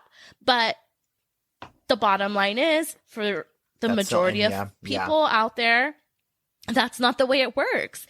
And so like it just like the minute that someone was called to that house because of anything that put those children in danger, they immediately should have seen on record there's custody dispute because the father thinks, and I know that some states don't want to give any credence to the father, but it's like the father thinks that it's an unsafe environment, and that's on the fucking record, that the father doesn't like the environment because of, what he said. The minute you're called, and I know that maybe it's not in the long-term best interest of the kids, but fucking take the kids. You Yeah. can't keep them in a situation like that. That's just like unfair to them. Yeah. And yeah, it's going to put that their day to day is going to be, you know, rocked, but better your day to day be rocked for a few weeks or a month versus the fucking long-term effects of who knows what that behavior is. And here we go. Perfect example. Right. Yeah. Well, and like, I also, heart. like, again, like, it goes back to, like, I wonder, like, what, if anything, was happening, like, with Alex, right? That, like, made this the better Right. situation for these kids, right? Because, Yeah. and it just drives me nuts. And, like, I'm gonna get a little bit of soapbox here, so, like, just bear with me here. But, like, it drives me nuts because, like, we have systems in place to, like, protect children, right? Like, we have environments where, like, you know, like, checks and balances where people should be, where if your birth parents are not, or your parents are not responsible, your guardians are not responsible enough to be able to take care of you, there are checks and balances in place for people to step in and adults in the room to do the right thing. And Right. I feel this is just an example where that wasn't the case. Like, they're like, you know, got lost in the paperwork. It went over somebody's head. Like, The it was just system another, failed. the system failed these kids. And, like, there weren't adults in the room to make sure that these kids were okay. You know what I mean? Yeah. Like, at the end of the day, because they were allowed to be in a home with someone who had an abhorrent past. Right. It For infuriates me. 100%. It's, you know, it's It does. crazy because so when Liam and us, like, together, we decided that we were going to do this crossover collab, whatever, where we are, you know, recording on each other's platforms and showing you guys what we can do. Liam knows what we do here at Like Mother, Like Murder. And he is very aware that we are mom heavy and this is a mom cast. And he brought an episode where this is something that is just a very heavy topic and something that, you know, we were going to get into, right? And it's crazy to me that unfortunately so many times people are failed. And like he said, there is a system in place. There are laws in place. There is something that, you know, should be done. And, you know, guess what? Like Mother, Like Murder, the mom's not always the best fit. Like he said, Yeah. we don't know exactly what Alex is up to. We don't know all of the details on that. But you do your due diligence. You look into it. You figure that out. And you don't stop until you know that these children and these babies are going to be safe. Right. This 100%. breaks me 100%. Yeah. So, Liam, thank you for fucking bringing this. Yeah. Also, oh my God, why did you have to bring this? Because it hurts my heart, especially. Two different types of people in the world. Wait, the last one, bringing something out at 11:30, just bigger than a book bag. Ugh. That okay, and so I mean, my immediate thought is like, did police ask him about this? Because was that part of his statement? Because supposedly, like, they're already getting ready to, like, be asleep. Or this should be right after Mariah supposedly woke up. Right. And they had to put her back to bed. Right. And this was not part of his original statement. This is what neighbors said. It's crystal clear. He never offered this up. I'll put it that way. But, you know, it did obviously point some eyes in their direction, of course. And so police raid the Woods trailer and the FBI makes a list of items they seized.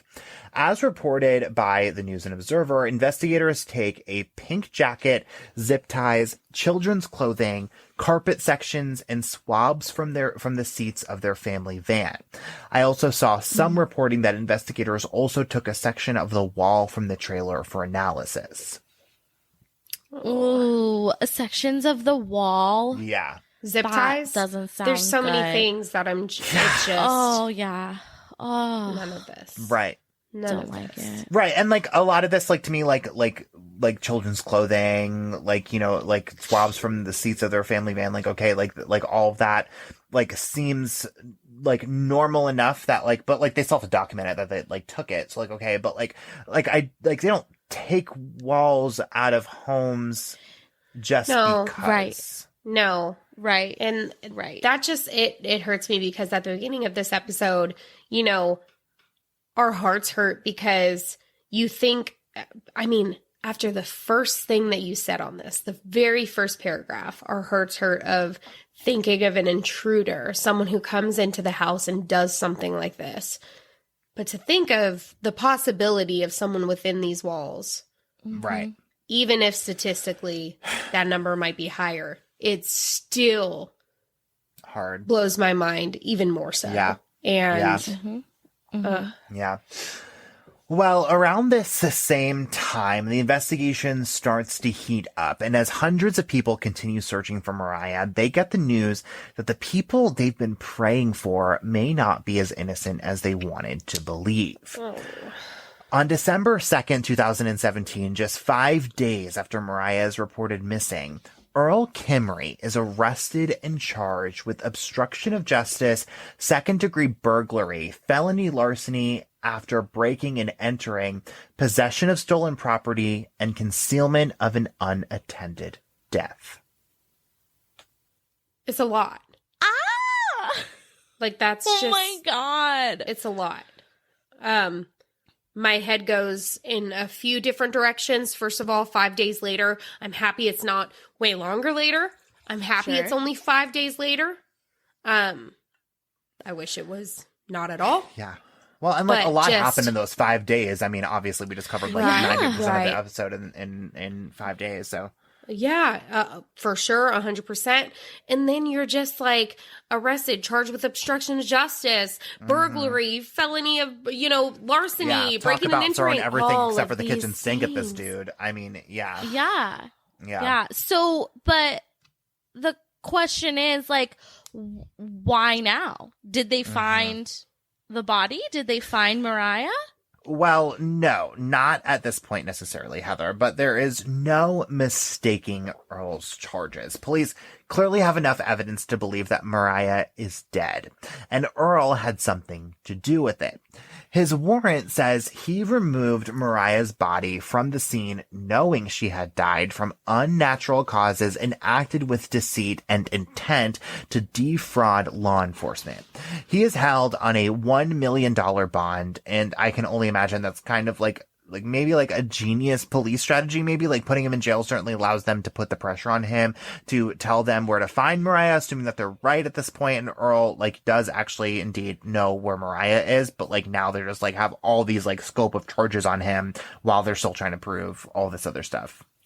For sure. And nothing like a little jailhouse justice. I mean, Right. It's a small place. Like, it's a small town. Like, everyone knows what he's in Oh, for. and I'm sure the so people if that in doesn't Onslow scare him County- enough, Yeah. yeah. If the police putting that pressure on him isn't enough, like, let's hope that that little bit of jailhouse justice is enough for him to fucking open his Right. mouth. Well, But- and yeah. So okay, so like you said, like they think that he knowingly, took the body after unnatural causes. So like obviously he's lying. So like I get like obstruction of justice. I get like, the concealment of the unintended death. But what about like the burglary and the breaking and entering? What is that about? Yeah, it's kind of left field for sure. And like the explanation is like even more left field. So like take another sip for that, like hold on to your glasses tight. So it confuses me a lot because his warrants also say that he stole 2 dressers the night Mariah went missing from a house just a street away. But like anything I read on this kind of just like mentions it in like passing, like, and offers zero elaboration. It's just like he's accused of stealing 2 dressers, like next line. And I never saw anything about what he did with the dressers or anything. So I don't like totally fully understand like where that comes from or what that has to do with anything, but that is what he's charged with. I'm just like instantly, Dressers, I'm like, was he dressers, furniture dressers. that go into a Yep. house? Yeah. dressers? Like Yep. instantly, I'm like, was he trying to like get rid of any evidence that Mariah existed? Like, is that what his thoughts were? Like, get rid of all of the things that would show that she was even here, and then over time, like, she's gone? Like, that is freaking. But where did he steal the dressers from? From like a I thought it neighbor's was in the house. home. Oh, my bad. Oh, no, I'm like sorry. a neighbor's house. But- Yeah. Oh but my why? gosh. Yeah. I simply It don't does say- understand. You did confusing. say that. I'm like totally tripped out. My Yeah, bad. no, it's okay. No, Well, it's hard to keep all of this straight because Yeah, that no, it is sure is. so random. It sure is. And was this dresser theft supposed Ooh. to have happened like before 11:30, after 11:30? See, that's not totally clear. It just says it's the night that this all happened. I don't know. Here's the only, like, literally the only explanation that I can possibly have, right? Like, Yeah, say it, if 'cause I have Earl one too. actually, if Earl, like, actually did this, like, the only thing that makes any sort of sense is, like, to me anyways, is, like, he, like, is in this fit of rage and, like, is going off and, like, stealing from people. Like, he's just, like, so out of his fucking mind, right? That he's, like, going off and, like, stealing people's shit. Well, and we know and then that coming he's home and a then- drug user. Right, exactly. So- Yeah. So it could just Yeah. be like totally illogical because it's totally illogical and you can't like justify any of this. But I want I to have hear a Rachel's theory. different. Yeah, Go for I have it. a different explanation of the possibility of his unrational thought process is the fact that he wants other crimes to be happening in the area because Oh my then God, it takes you're so away from the smart. thought of him and Christy in this crime, right? So if there's break-ins or there's something happening in another place, it's easier to pinpoint or like not pinpoint, but point the finger in a direction of like, yeah, we know this happened. You know what? Someone freaking their house was broken into and someone stole stuff from over there. Maybe they came over here after. Sure. Right. So it's Or like, That- even that like, just makes I sense. need to be charged with dresser theft, so I'm not charged with murder. oh, that's my alibi. I was stealing a dresser Yeah, over yeah. at my Stealing a neighbor's dresser. house. Yeah, from my yeah, neighbor's yeah, house. yeah. That's really smart. Actually, I don't know if Earl is that smart. No. I'm not sure Doesn't about seem that. very smart. But I do think if that would be a genius legal strategy potentially. I mean, I'm not hating it. I mean, you know, don't charge me with murder, charge me with stealing dressers. But also on that Right. front, why dressers? I still don't fucking understand why it's dressers. I mean, you could be stealing anything. Right. Why pick literally Something the of value. hardest thing to pick up Right, and move? yeah. Like, you might as well have tried to steal a bed. Like, Yeah. what is going on? Right, a bed probably would have been easier. I mean, those dressers, depending on what you have, those things With weigh the 150 drawers? pounds. Like, well, come and like, on, man. like not Yeah, even just but- like the drawers. You have to empty out all the clothes potentially. Like you have to, like, how the fuck do you get this out of the house? Yeah. Also, why murder a two of 'em. 3-year-old beautiful baby girl? Well, I mean, okay, true. There is that. True. Yeah, no, no, really good point. Yeah, well, you know, once again, you know, after all of this, you know, Alex Woods, you know, gets devastating news about his daughter in one of the worst ways possible. He finds out his daughter is most likely dead from that warrant. Shut the fuck up. But that shock and confusion is short-lived because that day, Earl tells police where they can find Mariah Woods' body. 6 days after Mariah's reported missing, her body is found near a bridge in Shelter Creek in neighboring Pender County, 22.4 miles from the Woods trailer exactly. Her autopsy report says she is 28 pounds and about 3 feet tall. The medical examiner mentions that she has an abrasion on her left eyelid, nose, beneath her chin, and above her lip. Police later say those injuries most likely came from her body being brought to that location. Her autopsy report also says that she died with early acute pneumonia, and there is no signs of any kind of sexual abuse on her body. She was found in a plaid zippered couch cushion cover and wrapped in 3 white plastic trash bags, which were tied around her neck. In the cushion is what looks like a piece of cement curbing. Her toxicology report finds a significant amount of chloroform in her lungs, and the medical examiner rules that she likely died from chloroform toxicity. I can't even. So as you're reading that, right? Sorry, let me let Heather breathe while I try not to cry. But as you're reading that, all of those things destroy me. Mm-hmm. And then you get to, and I'm, God, it's like, I don't know why my brain works the way that it does, because I never want to give any benefit of the doubt to these kind of people that do things like this, right? But you get to the last sentence of the chloroform, and it's like, you know, it's not an accident. You know that it's not something that was unintentional and then they tried to cover it up. You know, it's not something that just accidentally happened and then they were stupid enough to try to fucking cover it. They did this on purpose, and there's fucking that proof of it right there. And that sucks so fucking bad. Sorry. Yeah, it's not like, I mean, because you specifically said it, that the abrasions that were found on her, they thought were due to when she was brought to that location. It wasn't like she had a blunt force trauma. It wasn't like, you know, like she, you know, none of that. And like the fact that they said that she died with early acute pneumonia means that she was fucking out there alive to a certain extent, like, because she didn't get pneumonia from being inside of her fucking house. Well, unless, because where my brain goes with the pneumonia potentially is like the way that she was living. You know what I mean? Like, it's possible that she was living in such, don't like, even say that's almost fucking worse. Like, yeah. Well, it means that like that had been building for weeks. This poor child, because of the living conditions she was in. Yeah, either way. Again, none of I'm this. just going to say, like, failed fucking system, dude. Right. Yeah, failed fucking system. Oh, my God. And there's so many people who do right and do their jobs, and we do not want to downplay that. But there's so many people that need to continue to push for these people that need it the most. And Mariah Woods needed it the most. Right. Yeah. Right. Well, and again, remember, she has 2 older brothers too, right? Like they and who are alive, right? Like, and did they you say need their that help ages too. earlier? I didn't. I don't think they ever shared it necessarily. Wait, hold on. Did I? Hold on.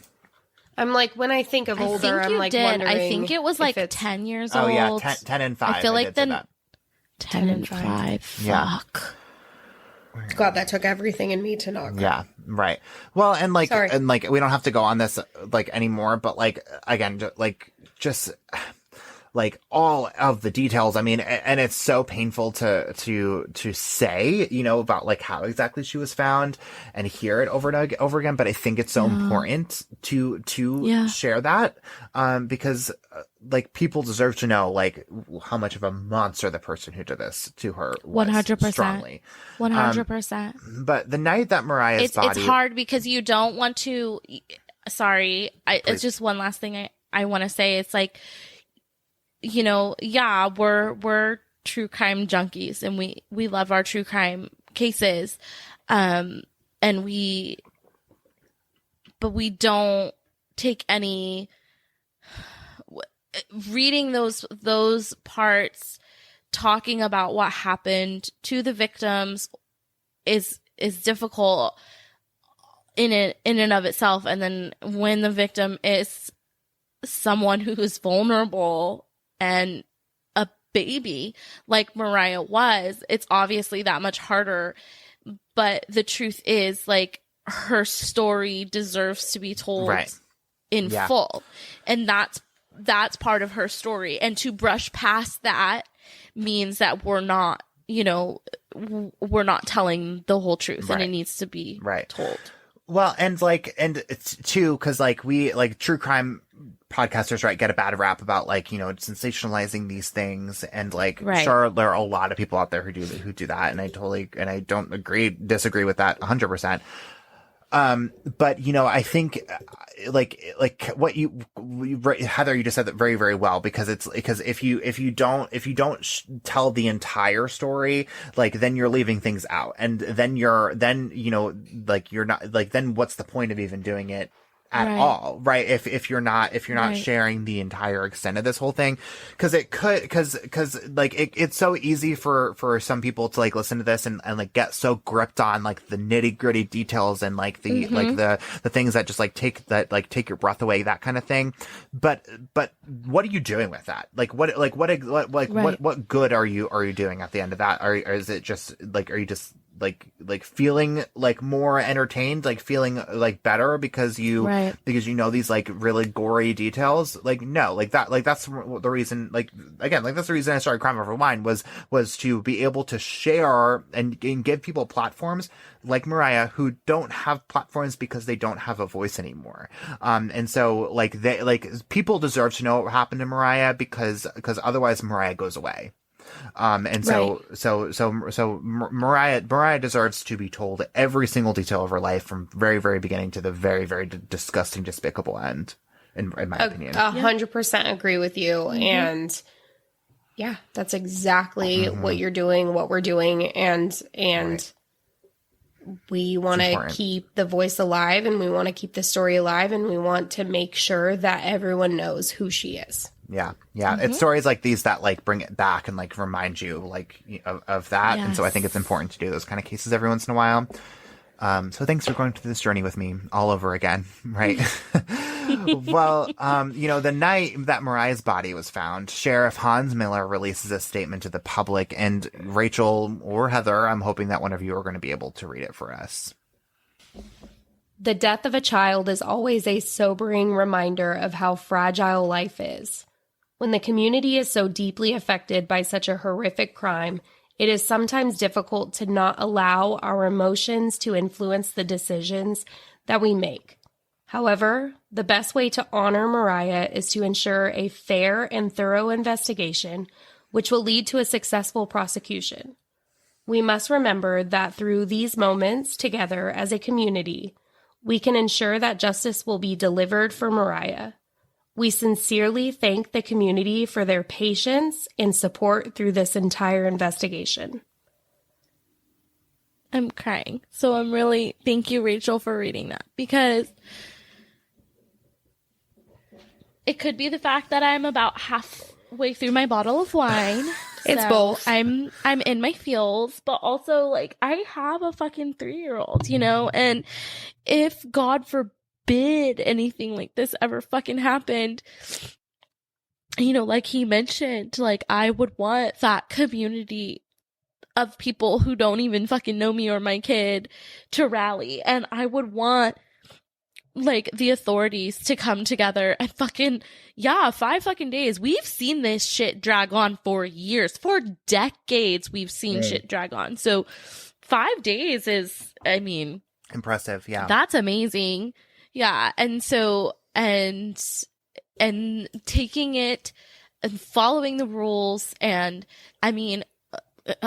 not to bring up Darlie again, but that investigation was so fucking botched that we saw what a mess the fucking trial was, right? And so, like he says, like what they're doing, the thorough investigation that they're doing, it needs to lead to, the right outcome in trial. Yeah. And so that also needs to be taken seriously. So that is like also a very good point in this case, because what you don't want is for the emotions of the police officers or who, investigators, forensics, whoever, to get so caught up that now your trial is fucked. Yeah. And justice cannot be served for Mariah. Well, and not even just those people too, right? Like the community that, like, to get too riled up to the point where we can't have a fair trial and do justice at the end of this whole thing. Yes. That's the last thing we want. Cause there's been so many situations, right, where it's like the investigation's fucking perfect,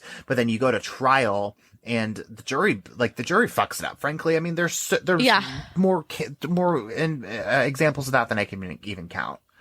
So, and also too, I have to say, cause I know Sheriff Hans Miller, like, again, cause I used to report in this town. And so he's just like a very like hometown kind of dude. He is genuinely like just such a, like a guy who just truly cares. Like he like sure, like politician, like elected official, like, okay, sure, aside, like, cause like again, he's controversial in his own right. Like, sorry, Hans, if you're like listening to this, but like but like point being is that like there are he's truly one of those people who like ran for this office because he believes in community policing and that kind of thing. Like you can tell, and like people understand that and see that. And so like it has to be respected. Because again, like when this was happening, it was getting like national attention. It would have been so easy for people to get caught up in that, and he didn't. And you have to respect that to a certain extent. Yeah, for sure. Yeah. Well, on that emotional note, I'm gonna go ahead and pour myself another glass. Yeah. I'm almost done with my bottle, y'all. So. Oh, okay. We'll nurse that a little bit. Because I don't really know how to say this, but we're definitely not over yet. So let's. Oh no. Yeah. Well, after the results of the autopsy, Kimry is formally charged with the Mariah Woods murder, as well as felony or child abuse, inflicting serious bodily injury, and the district attorney says he is seeking the death penalty. Christie's involvement in Mariah's death is still unknown, although she is apparently cooperating with police at this point. It should also be noted that the day Mariah was reported missing, her two older brothers were placed in the care of Alex Woods' parents. And, you know, this is a very important detail because as Earl Kimry's court case plays out, the public learns the devastating details of what life was like inside of the Woods household. As the community learns about Mariah's death, they mourn her death just as much as the people who knew her. The community holds prayer vigils and public services. Alex Woods talks to the Jacksonville Daily News just a few days later about his daughter and tells a reporter that she loved to dance, especially in the car. He remembers a touching moment when she fell asleep in the car with cheese dust all over her and then woke up to a song she liked and started wiggling in her car seat. He tells the reporter that she loved pink unicorns, and Alex's fiance, Heather, remembers when Mariah first saw a unicorn that one of Heather's own kids had, and Mariah grabbed it and was obsessed with them ever since. But mixed in with these happy memories was a cloud setting in over what happened in the Woods home behind closed doors. Court records show multiple different reports taken by Child Protective Services of physical and sexual abuse. In one instance, Earl is accused of hitting Christie's kids with a belt, one time hitting one of her sons in the face so hard he got a nosebleed. Other reports included sexual abuse of Mariah in front of her brothers. The reports say that Christy knew of this abuse and did nothing to stop it, failing to protect her kids from the constant abuse. Both Earl and Christy are accused of having a history of exposing the kids to adult situations and conversations, too. And this part,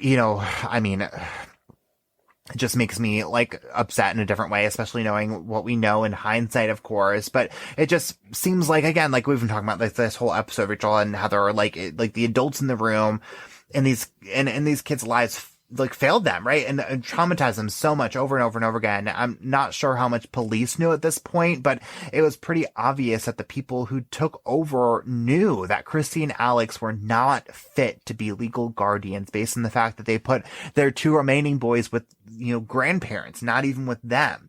And it just upsets me because if just one of the adults in the room had stepped up, had demanded more for these kids, we might not be talking about Mariah because she might still be alive today. That is a lot. That is heartbreaking to know that all of these things have been happening. All of these things happen to these children, to these babies. And they continued to happen because nothing was done by people whose job tells them to stop it, and by people whose position, whose right it is as a parent, as an adult, as someone who cares about these children in their life, or apparently doesn't. My mind is blown. I don't get speechless very often. I feel like I'm speechless because I don't know how anyone, I'm not saying there's not bad people. I'm not saying that there's people that do these things. But to have two bad people in this household, that one's doing something and maybe the other person is just sitting back and watching this fucking shit. Mm-hmm. That's where it hurts even more to know that you would allow your child to be treated like this, your children to be treated like this, and to just sit back and not step up, not do anything about it, not make a change, not leave. Yeah. Well, it's not okay. And because if you remember too, like going back, like there were other kinds of domestic calls to the house, yeah, according to police. And so I guess I like where my brain goes is like almost I wonder, like those kind of calls aren't necessarily documented the way that CPS records are. And so like, I wonder if like what Earl was doing to Christy potentially, like if he was doing this to the kids, you know? So I mean, the only kind of, and like, I agree, like totally 1000% agree with you, Rachel, to a T, but I also wonder, like, could she have just been like so terrified, like to call? I don't know. Like, and it's just sad. And again, because we talk about like, you never know what kind of situation, what you would do in that situation. And like this is like a really good example, right? Because like me right now, like I've never been in a domestic situation in any way. And like, I could easily say, yeah, like I can't imagine like someone hits me once and like, that's it. But like, you don't know until it's like, until like you're in that situation and it's like, you get hit and then it's, you like immediately after it's like, oh, I love you. I'm so sorry. You know? So like and again, I don't know. It's never been documented. I've never seen that was necessarily happening here, but I simply can't imagine it wasn't. So it's so true. It's so true because I mean, you have to assume again that behavior was like household wide, right? Like it wasn't singularly focused. And I mean, I totally see what you're saying. And we have talked about it before where, you know, we've talked about it before, cases where a woman is being abused, children are in the household, and we're just like, get your shit and run, girl. But like, you know, they're sitting there being threatened and saying, if you fucking run, I'll find you and I'll kill you and I'll kill the kids. Like, you know, those are things that have definitely been said and are part of the situation. And so like, I totally see where you're coming from. But like, the biggest thing that gets me here is there are multiple reports. There are more than one reports. And this isn't just he lost his temper and shut her in her room for, you know, 12 hours without food or water. That wasn't the case. There is physical abuse. There is sexual abuse. And that is more than enough to pull these kids out of the fucking situation that they're in. So I do not know. I mean, again, like Rachel said, you know, shout out to the people that, the social workers and the CPS workers who have to deal with these situations day in and day out. I don't know how you fucking do it. And all the power to you, because God knows I couldn't do that job. I would be in jail for murder probably if I was in charge of that job. But like, where's the line? At what point do you say, oh, okay, well, don't do it again. Slap on the wrist. We're going to come back. Where's the fucking line? This is documented. Why were these kids not pulled out sooner? Right. Yeah. Oh my God. And then my other question is like, okay, so at least we know like the boys, thank God they're out of that household. They're in a different situation, but where is Adolphus in all this? Where is Mr. Earl? Adolphus Earl? Yeah. Well, Earl's trial was delayed multiple times because of complications in the court system during the COVID-19 pandemic. But just this past December of 2022, as Mariah would have been turning 8 years old, Earl shocks the community when he announces that he is accepting a plea deal. He pleads guilty to all charges and is sentenced to life in prison without parole, avoiding the death penalty. Well, again, I'm just going to say 2 words, possibly 3, because I don't know if jailhouse is 1 or 2 words. Jailhouse justice is all I'm going to say. Liam's disappeared off the screen. I almost peed myself just now. I'm not even joking you. I almost peed myself. I'm clocking out.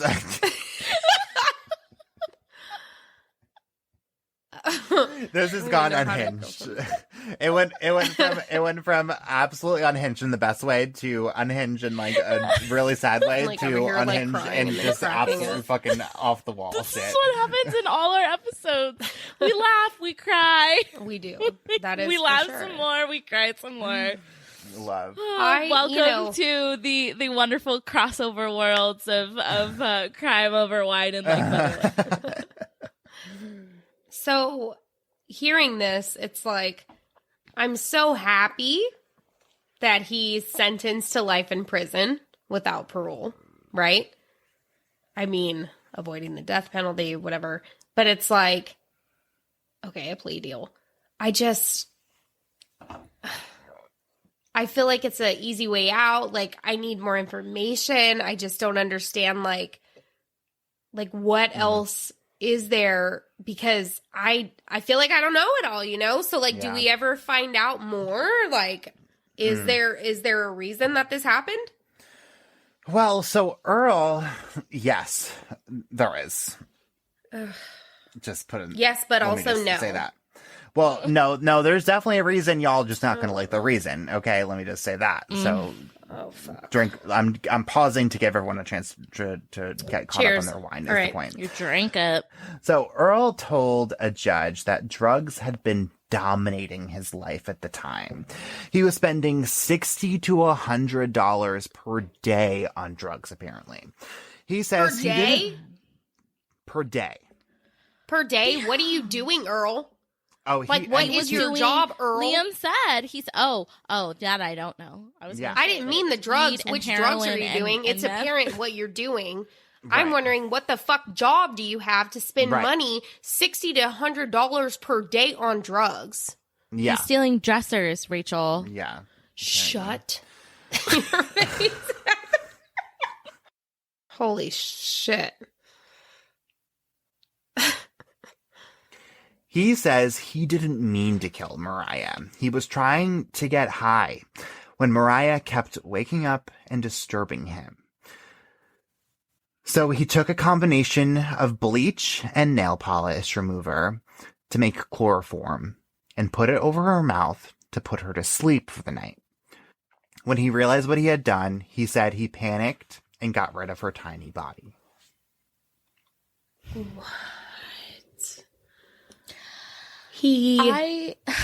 Okay. So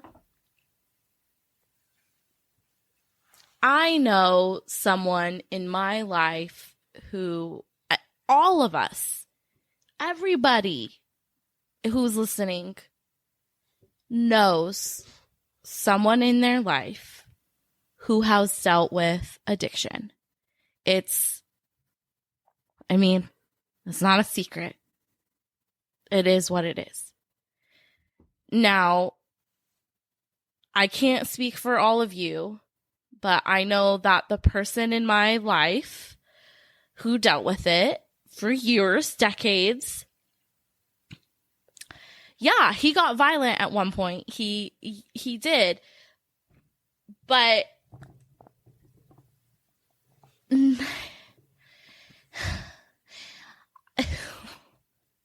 because not so the selfishness of being like, ugh, you keep waking me up while I'm trying to get high.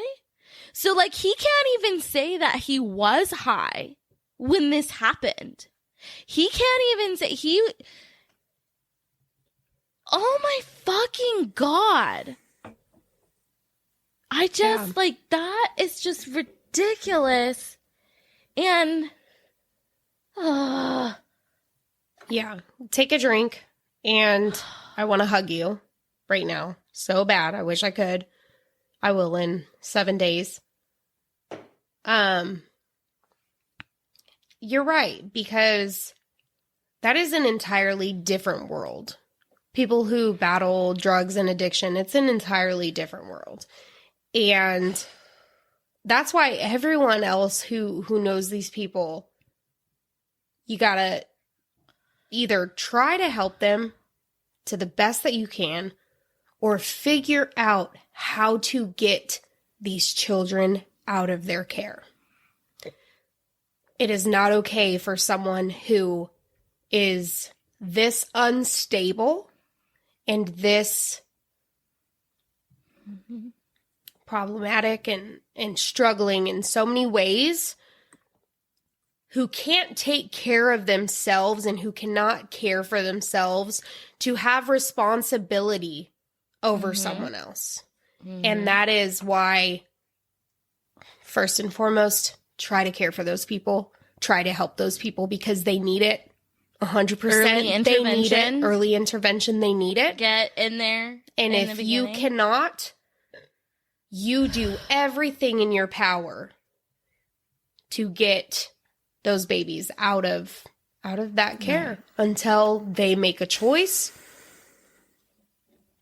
That's what there is to say about that. Because, I mean,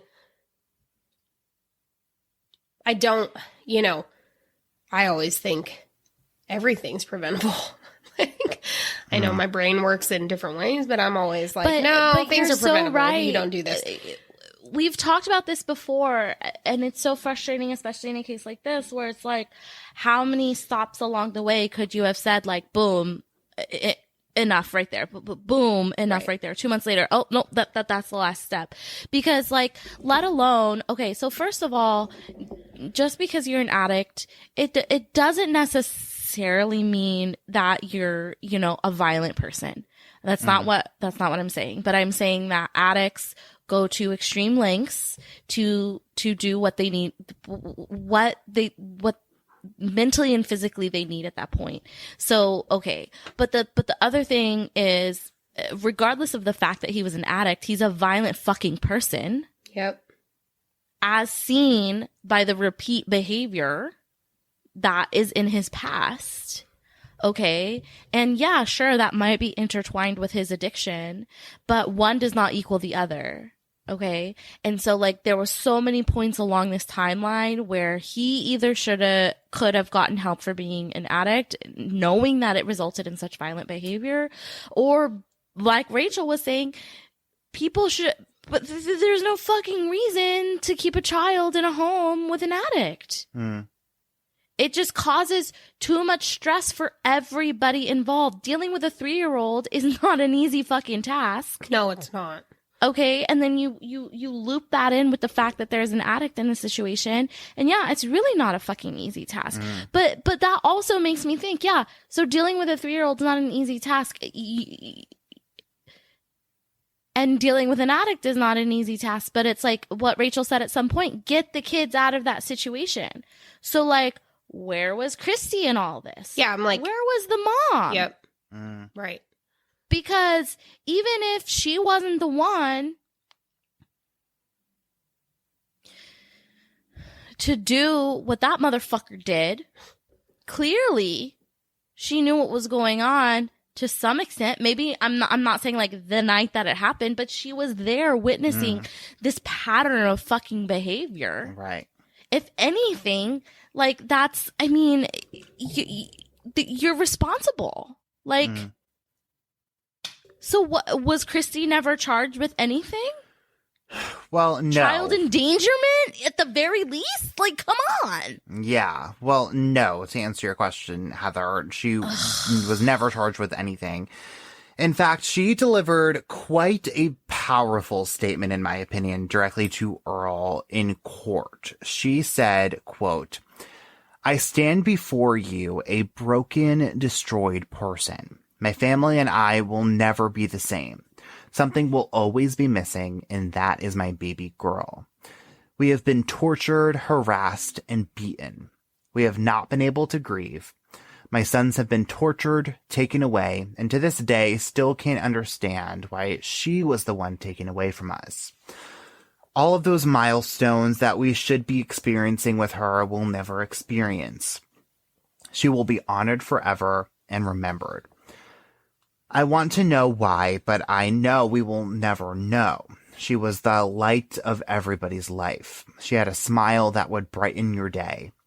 I had her name picked out even before I had a little girl. She was like my best friend," end quote. Oh my God. I have so many mixed feelings on that. Yeah, I'm just trying to fight back tears because, well, first of all, I'm trying to fight back tears as long as this is heartfelt and true and valid, because to this point, I don't know, right? With everything that's been given and everything throughout this case, we've talked and we've discussed whether or not she knew, whether or not she's been a part of it, whether or not she, you know, all of these things. And then you hear this. And so, although I could instantly be like, okay, no, quiet, shut your mouth, I did feel that. And if this is true and this statement was from the heart and it was something that they all experienced, they all went through, and now they're still going through and suffering after the fact.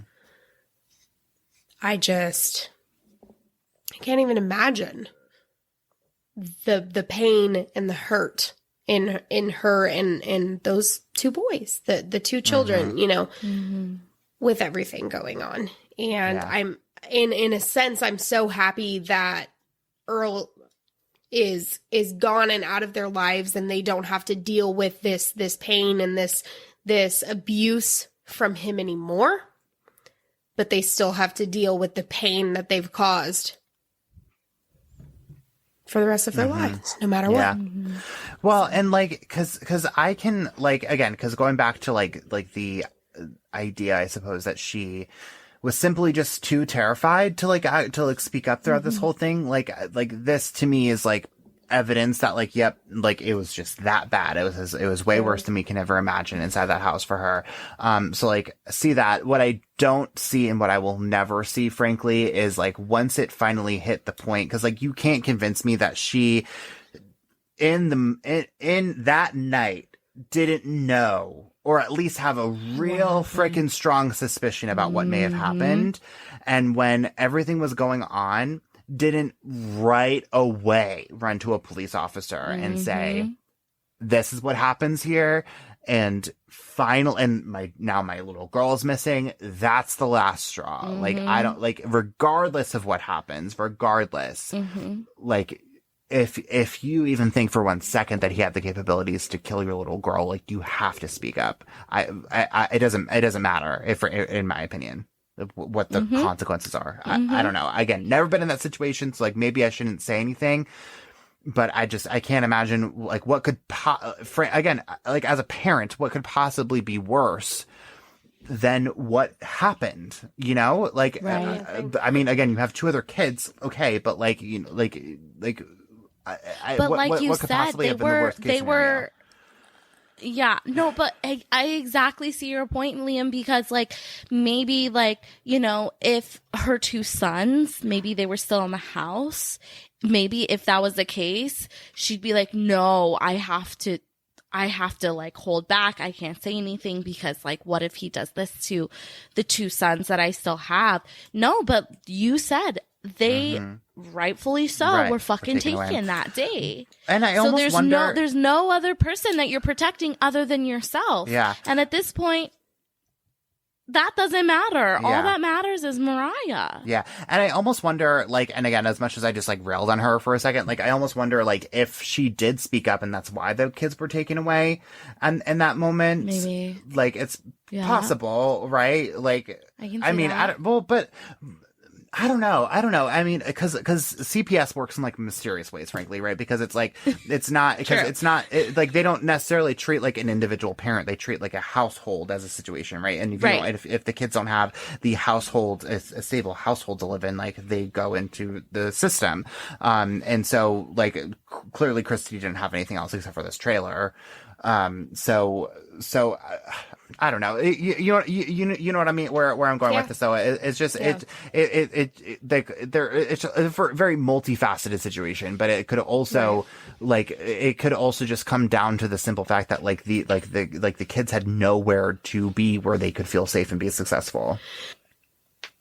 So that just like it's like I said, like, it's mixed feelings because like, even if let's say worst case scenario, Christine knew and or was privy to in some more way. than a passive witness of the horrible goings on that happen inside that home.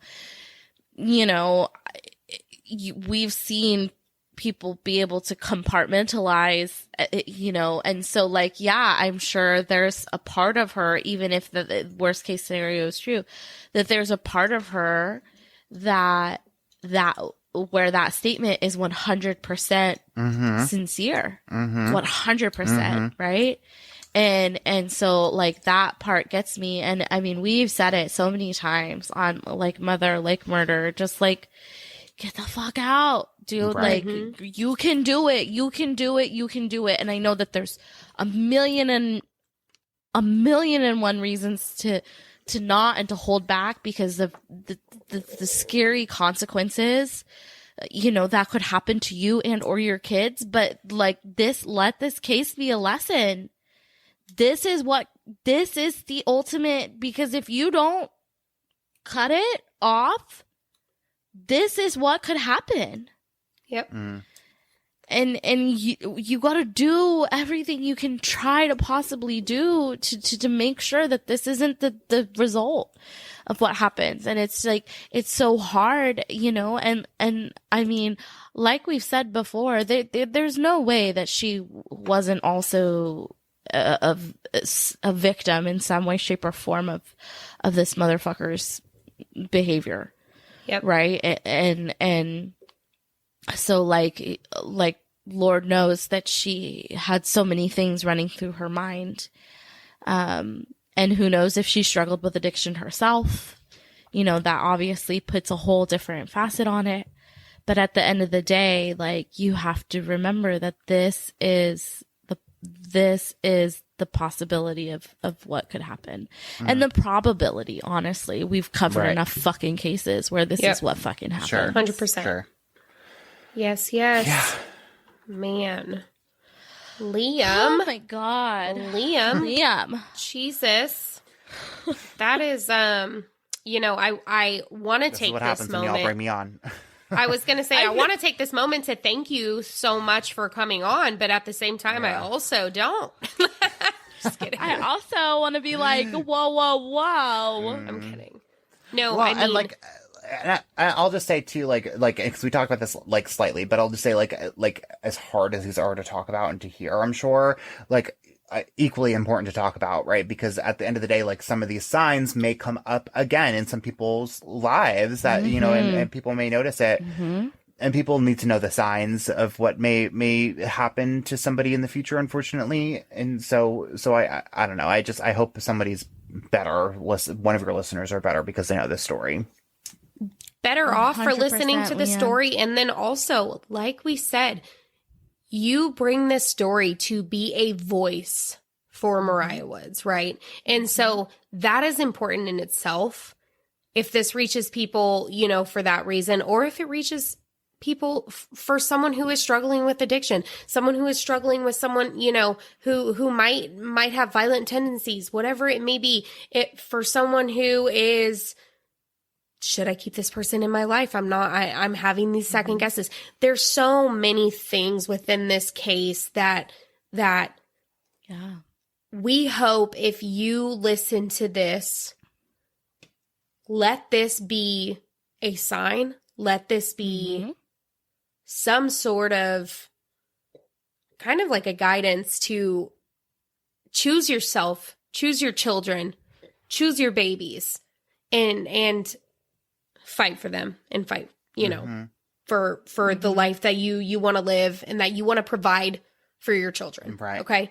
Right. So, I will say thank you for coming on and sharing this story because it is important and everyone should hear what you shared with us today. Well, and it's a pleasure to do so, and I'm just so glad to do it in company of people who also care about it so vehemently. So I appreciate the both of you for allowing me to do that.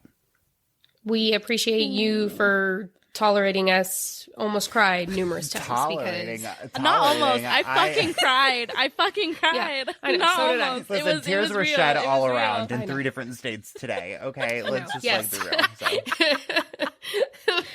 That was a roller coaster. It sure was. Roller Sure was. coaster. It is so, these cases, they're so important and they're so heart-wrenching.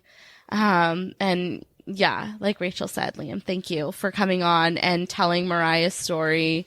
And I think doing her justice and saying, and talking about who she was as a person, as a little girl, as, that 3-year-old who loves to dance. Loves And, unicorns. Yeah. who loves unicorns. I mean, who doesn't? Unicorns are pretty freaking cool. Okay.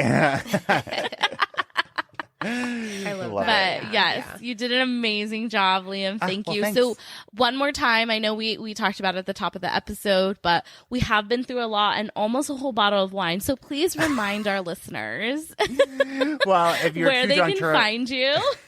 Well, if you're too drunk to remember from the beginning of this episode, again, you can find us on Facebook, Twitter, and Instagram at Crime Over Wine. You can also find all of our episodes anywhere you find your podcast, but they're also listed pretty organized on our website, crimeoverwine.com. We drop new episodes every Wednesday, and I would love to hear from you all about what you thought about the storytelling from this episode, what you think about other episodes. So write into me and let me know. And also say, hey, heard you from Mother Like Murder, so that way we have that little connect. Because loved Rachel and Heather as much as I love Crime Over Wine. So Yes. And seriously, guys, you guys have heard us talk about Liam and Crime Over Wine before. So if you're not already following and doing all those things, make sure you go do it. Leave those ratings and reviews. That really helps the podcasts reach more people and tell more people all about the important stories like Mariah's. And so take the couple minutes to do that, and hit us all up. Yep. I love that. And we love you guys. Thank you guys for listening this week. And you guys, I think that we might need to bring Liam on again pretty soon. So just stay tuned for that. Oh, really? Stay tuned for that. And if you guys have not yet listened, go listen a week or two ago to us on Crime Over Wine, because we were there as well. All right. Oh my God, can we just talk about how freaking wild that case was? That was a wild case. Oh my God. That was wild. I was shook. Yeah. Listen, if y'all listened from last week, y'all will hear Rachel and Heather mention multiple times. My jaw was on the floor the entire time. Face. Yeah, my face was So Rachel and Heather did that thing on that episode. So go check that out for sure. Yes, you guys, you gotta go there to check it out. That's for sure. It was a good one, and with the best of company. So until next week, we will talk to you guys later. Kay, love you. Bye. Okay, love you. Bye. Okay, love you. Bye. Thanks for coming on, and thank you so much for listening. We are going to put all of our sources on our website so you can read everything for yourself. Just kidding. I saw you looking at that. I was like, is she about to read my tag out?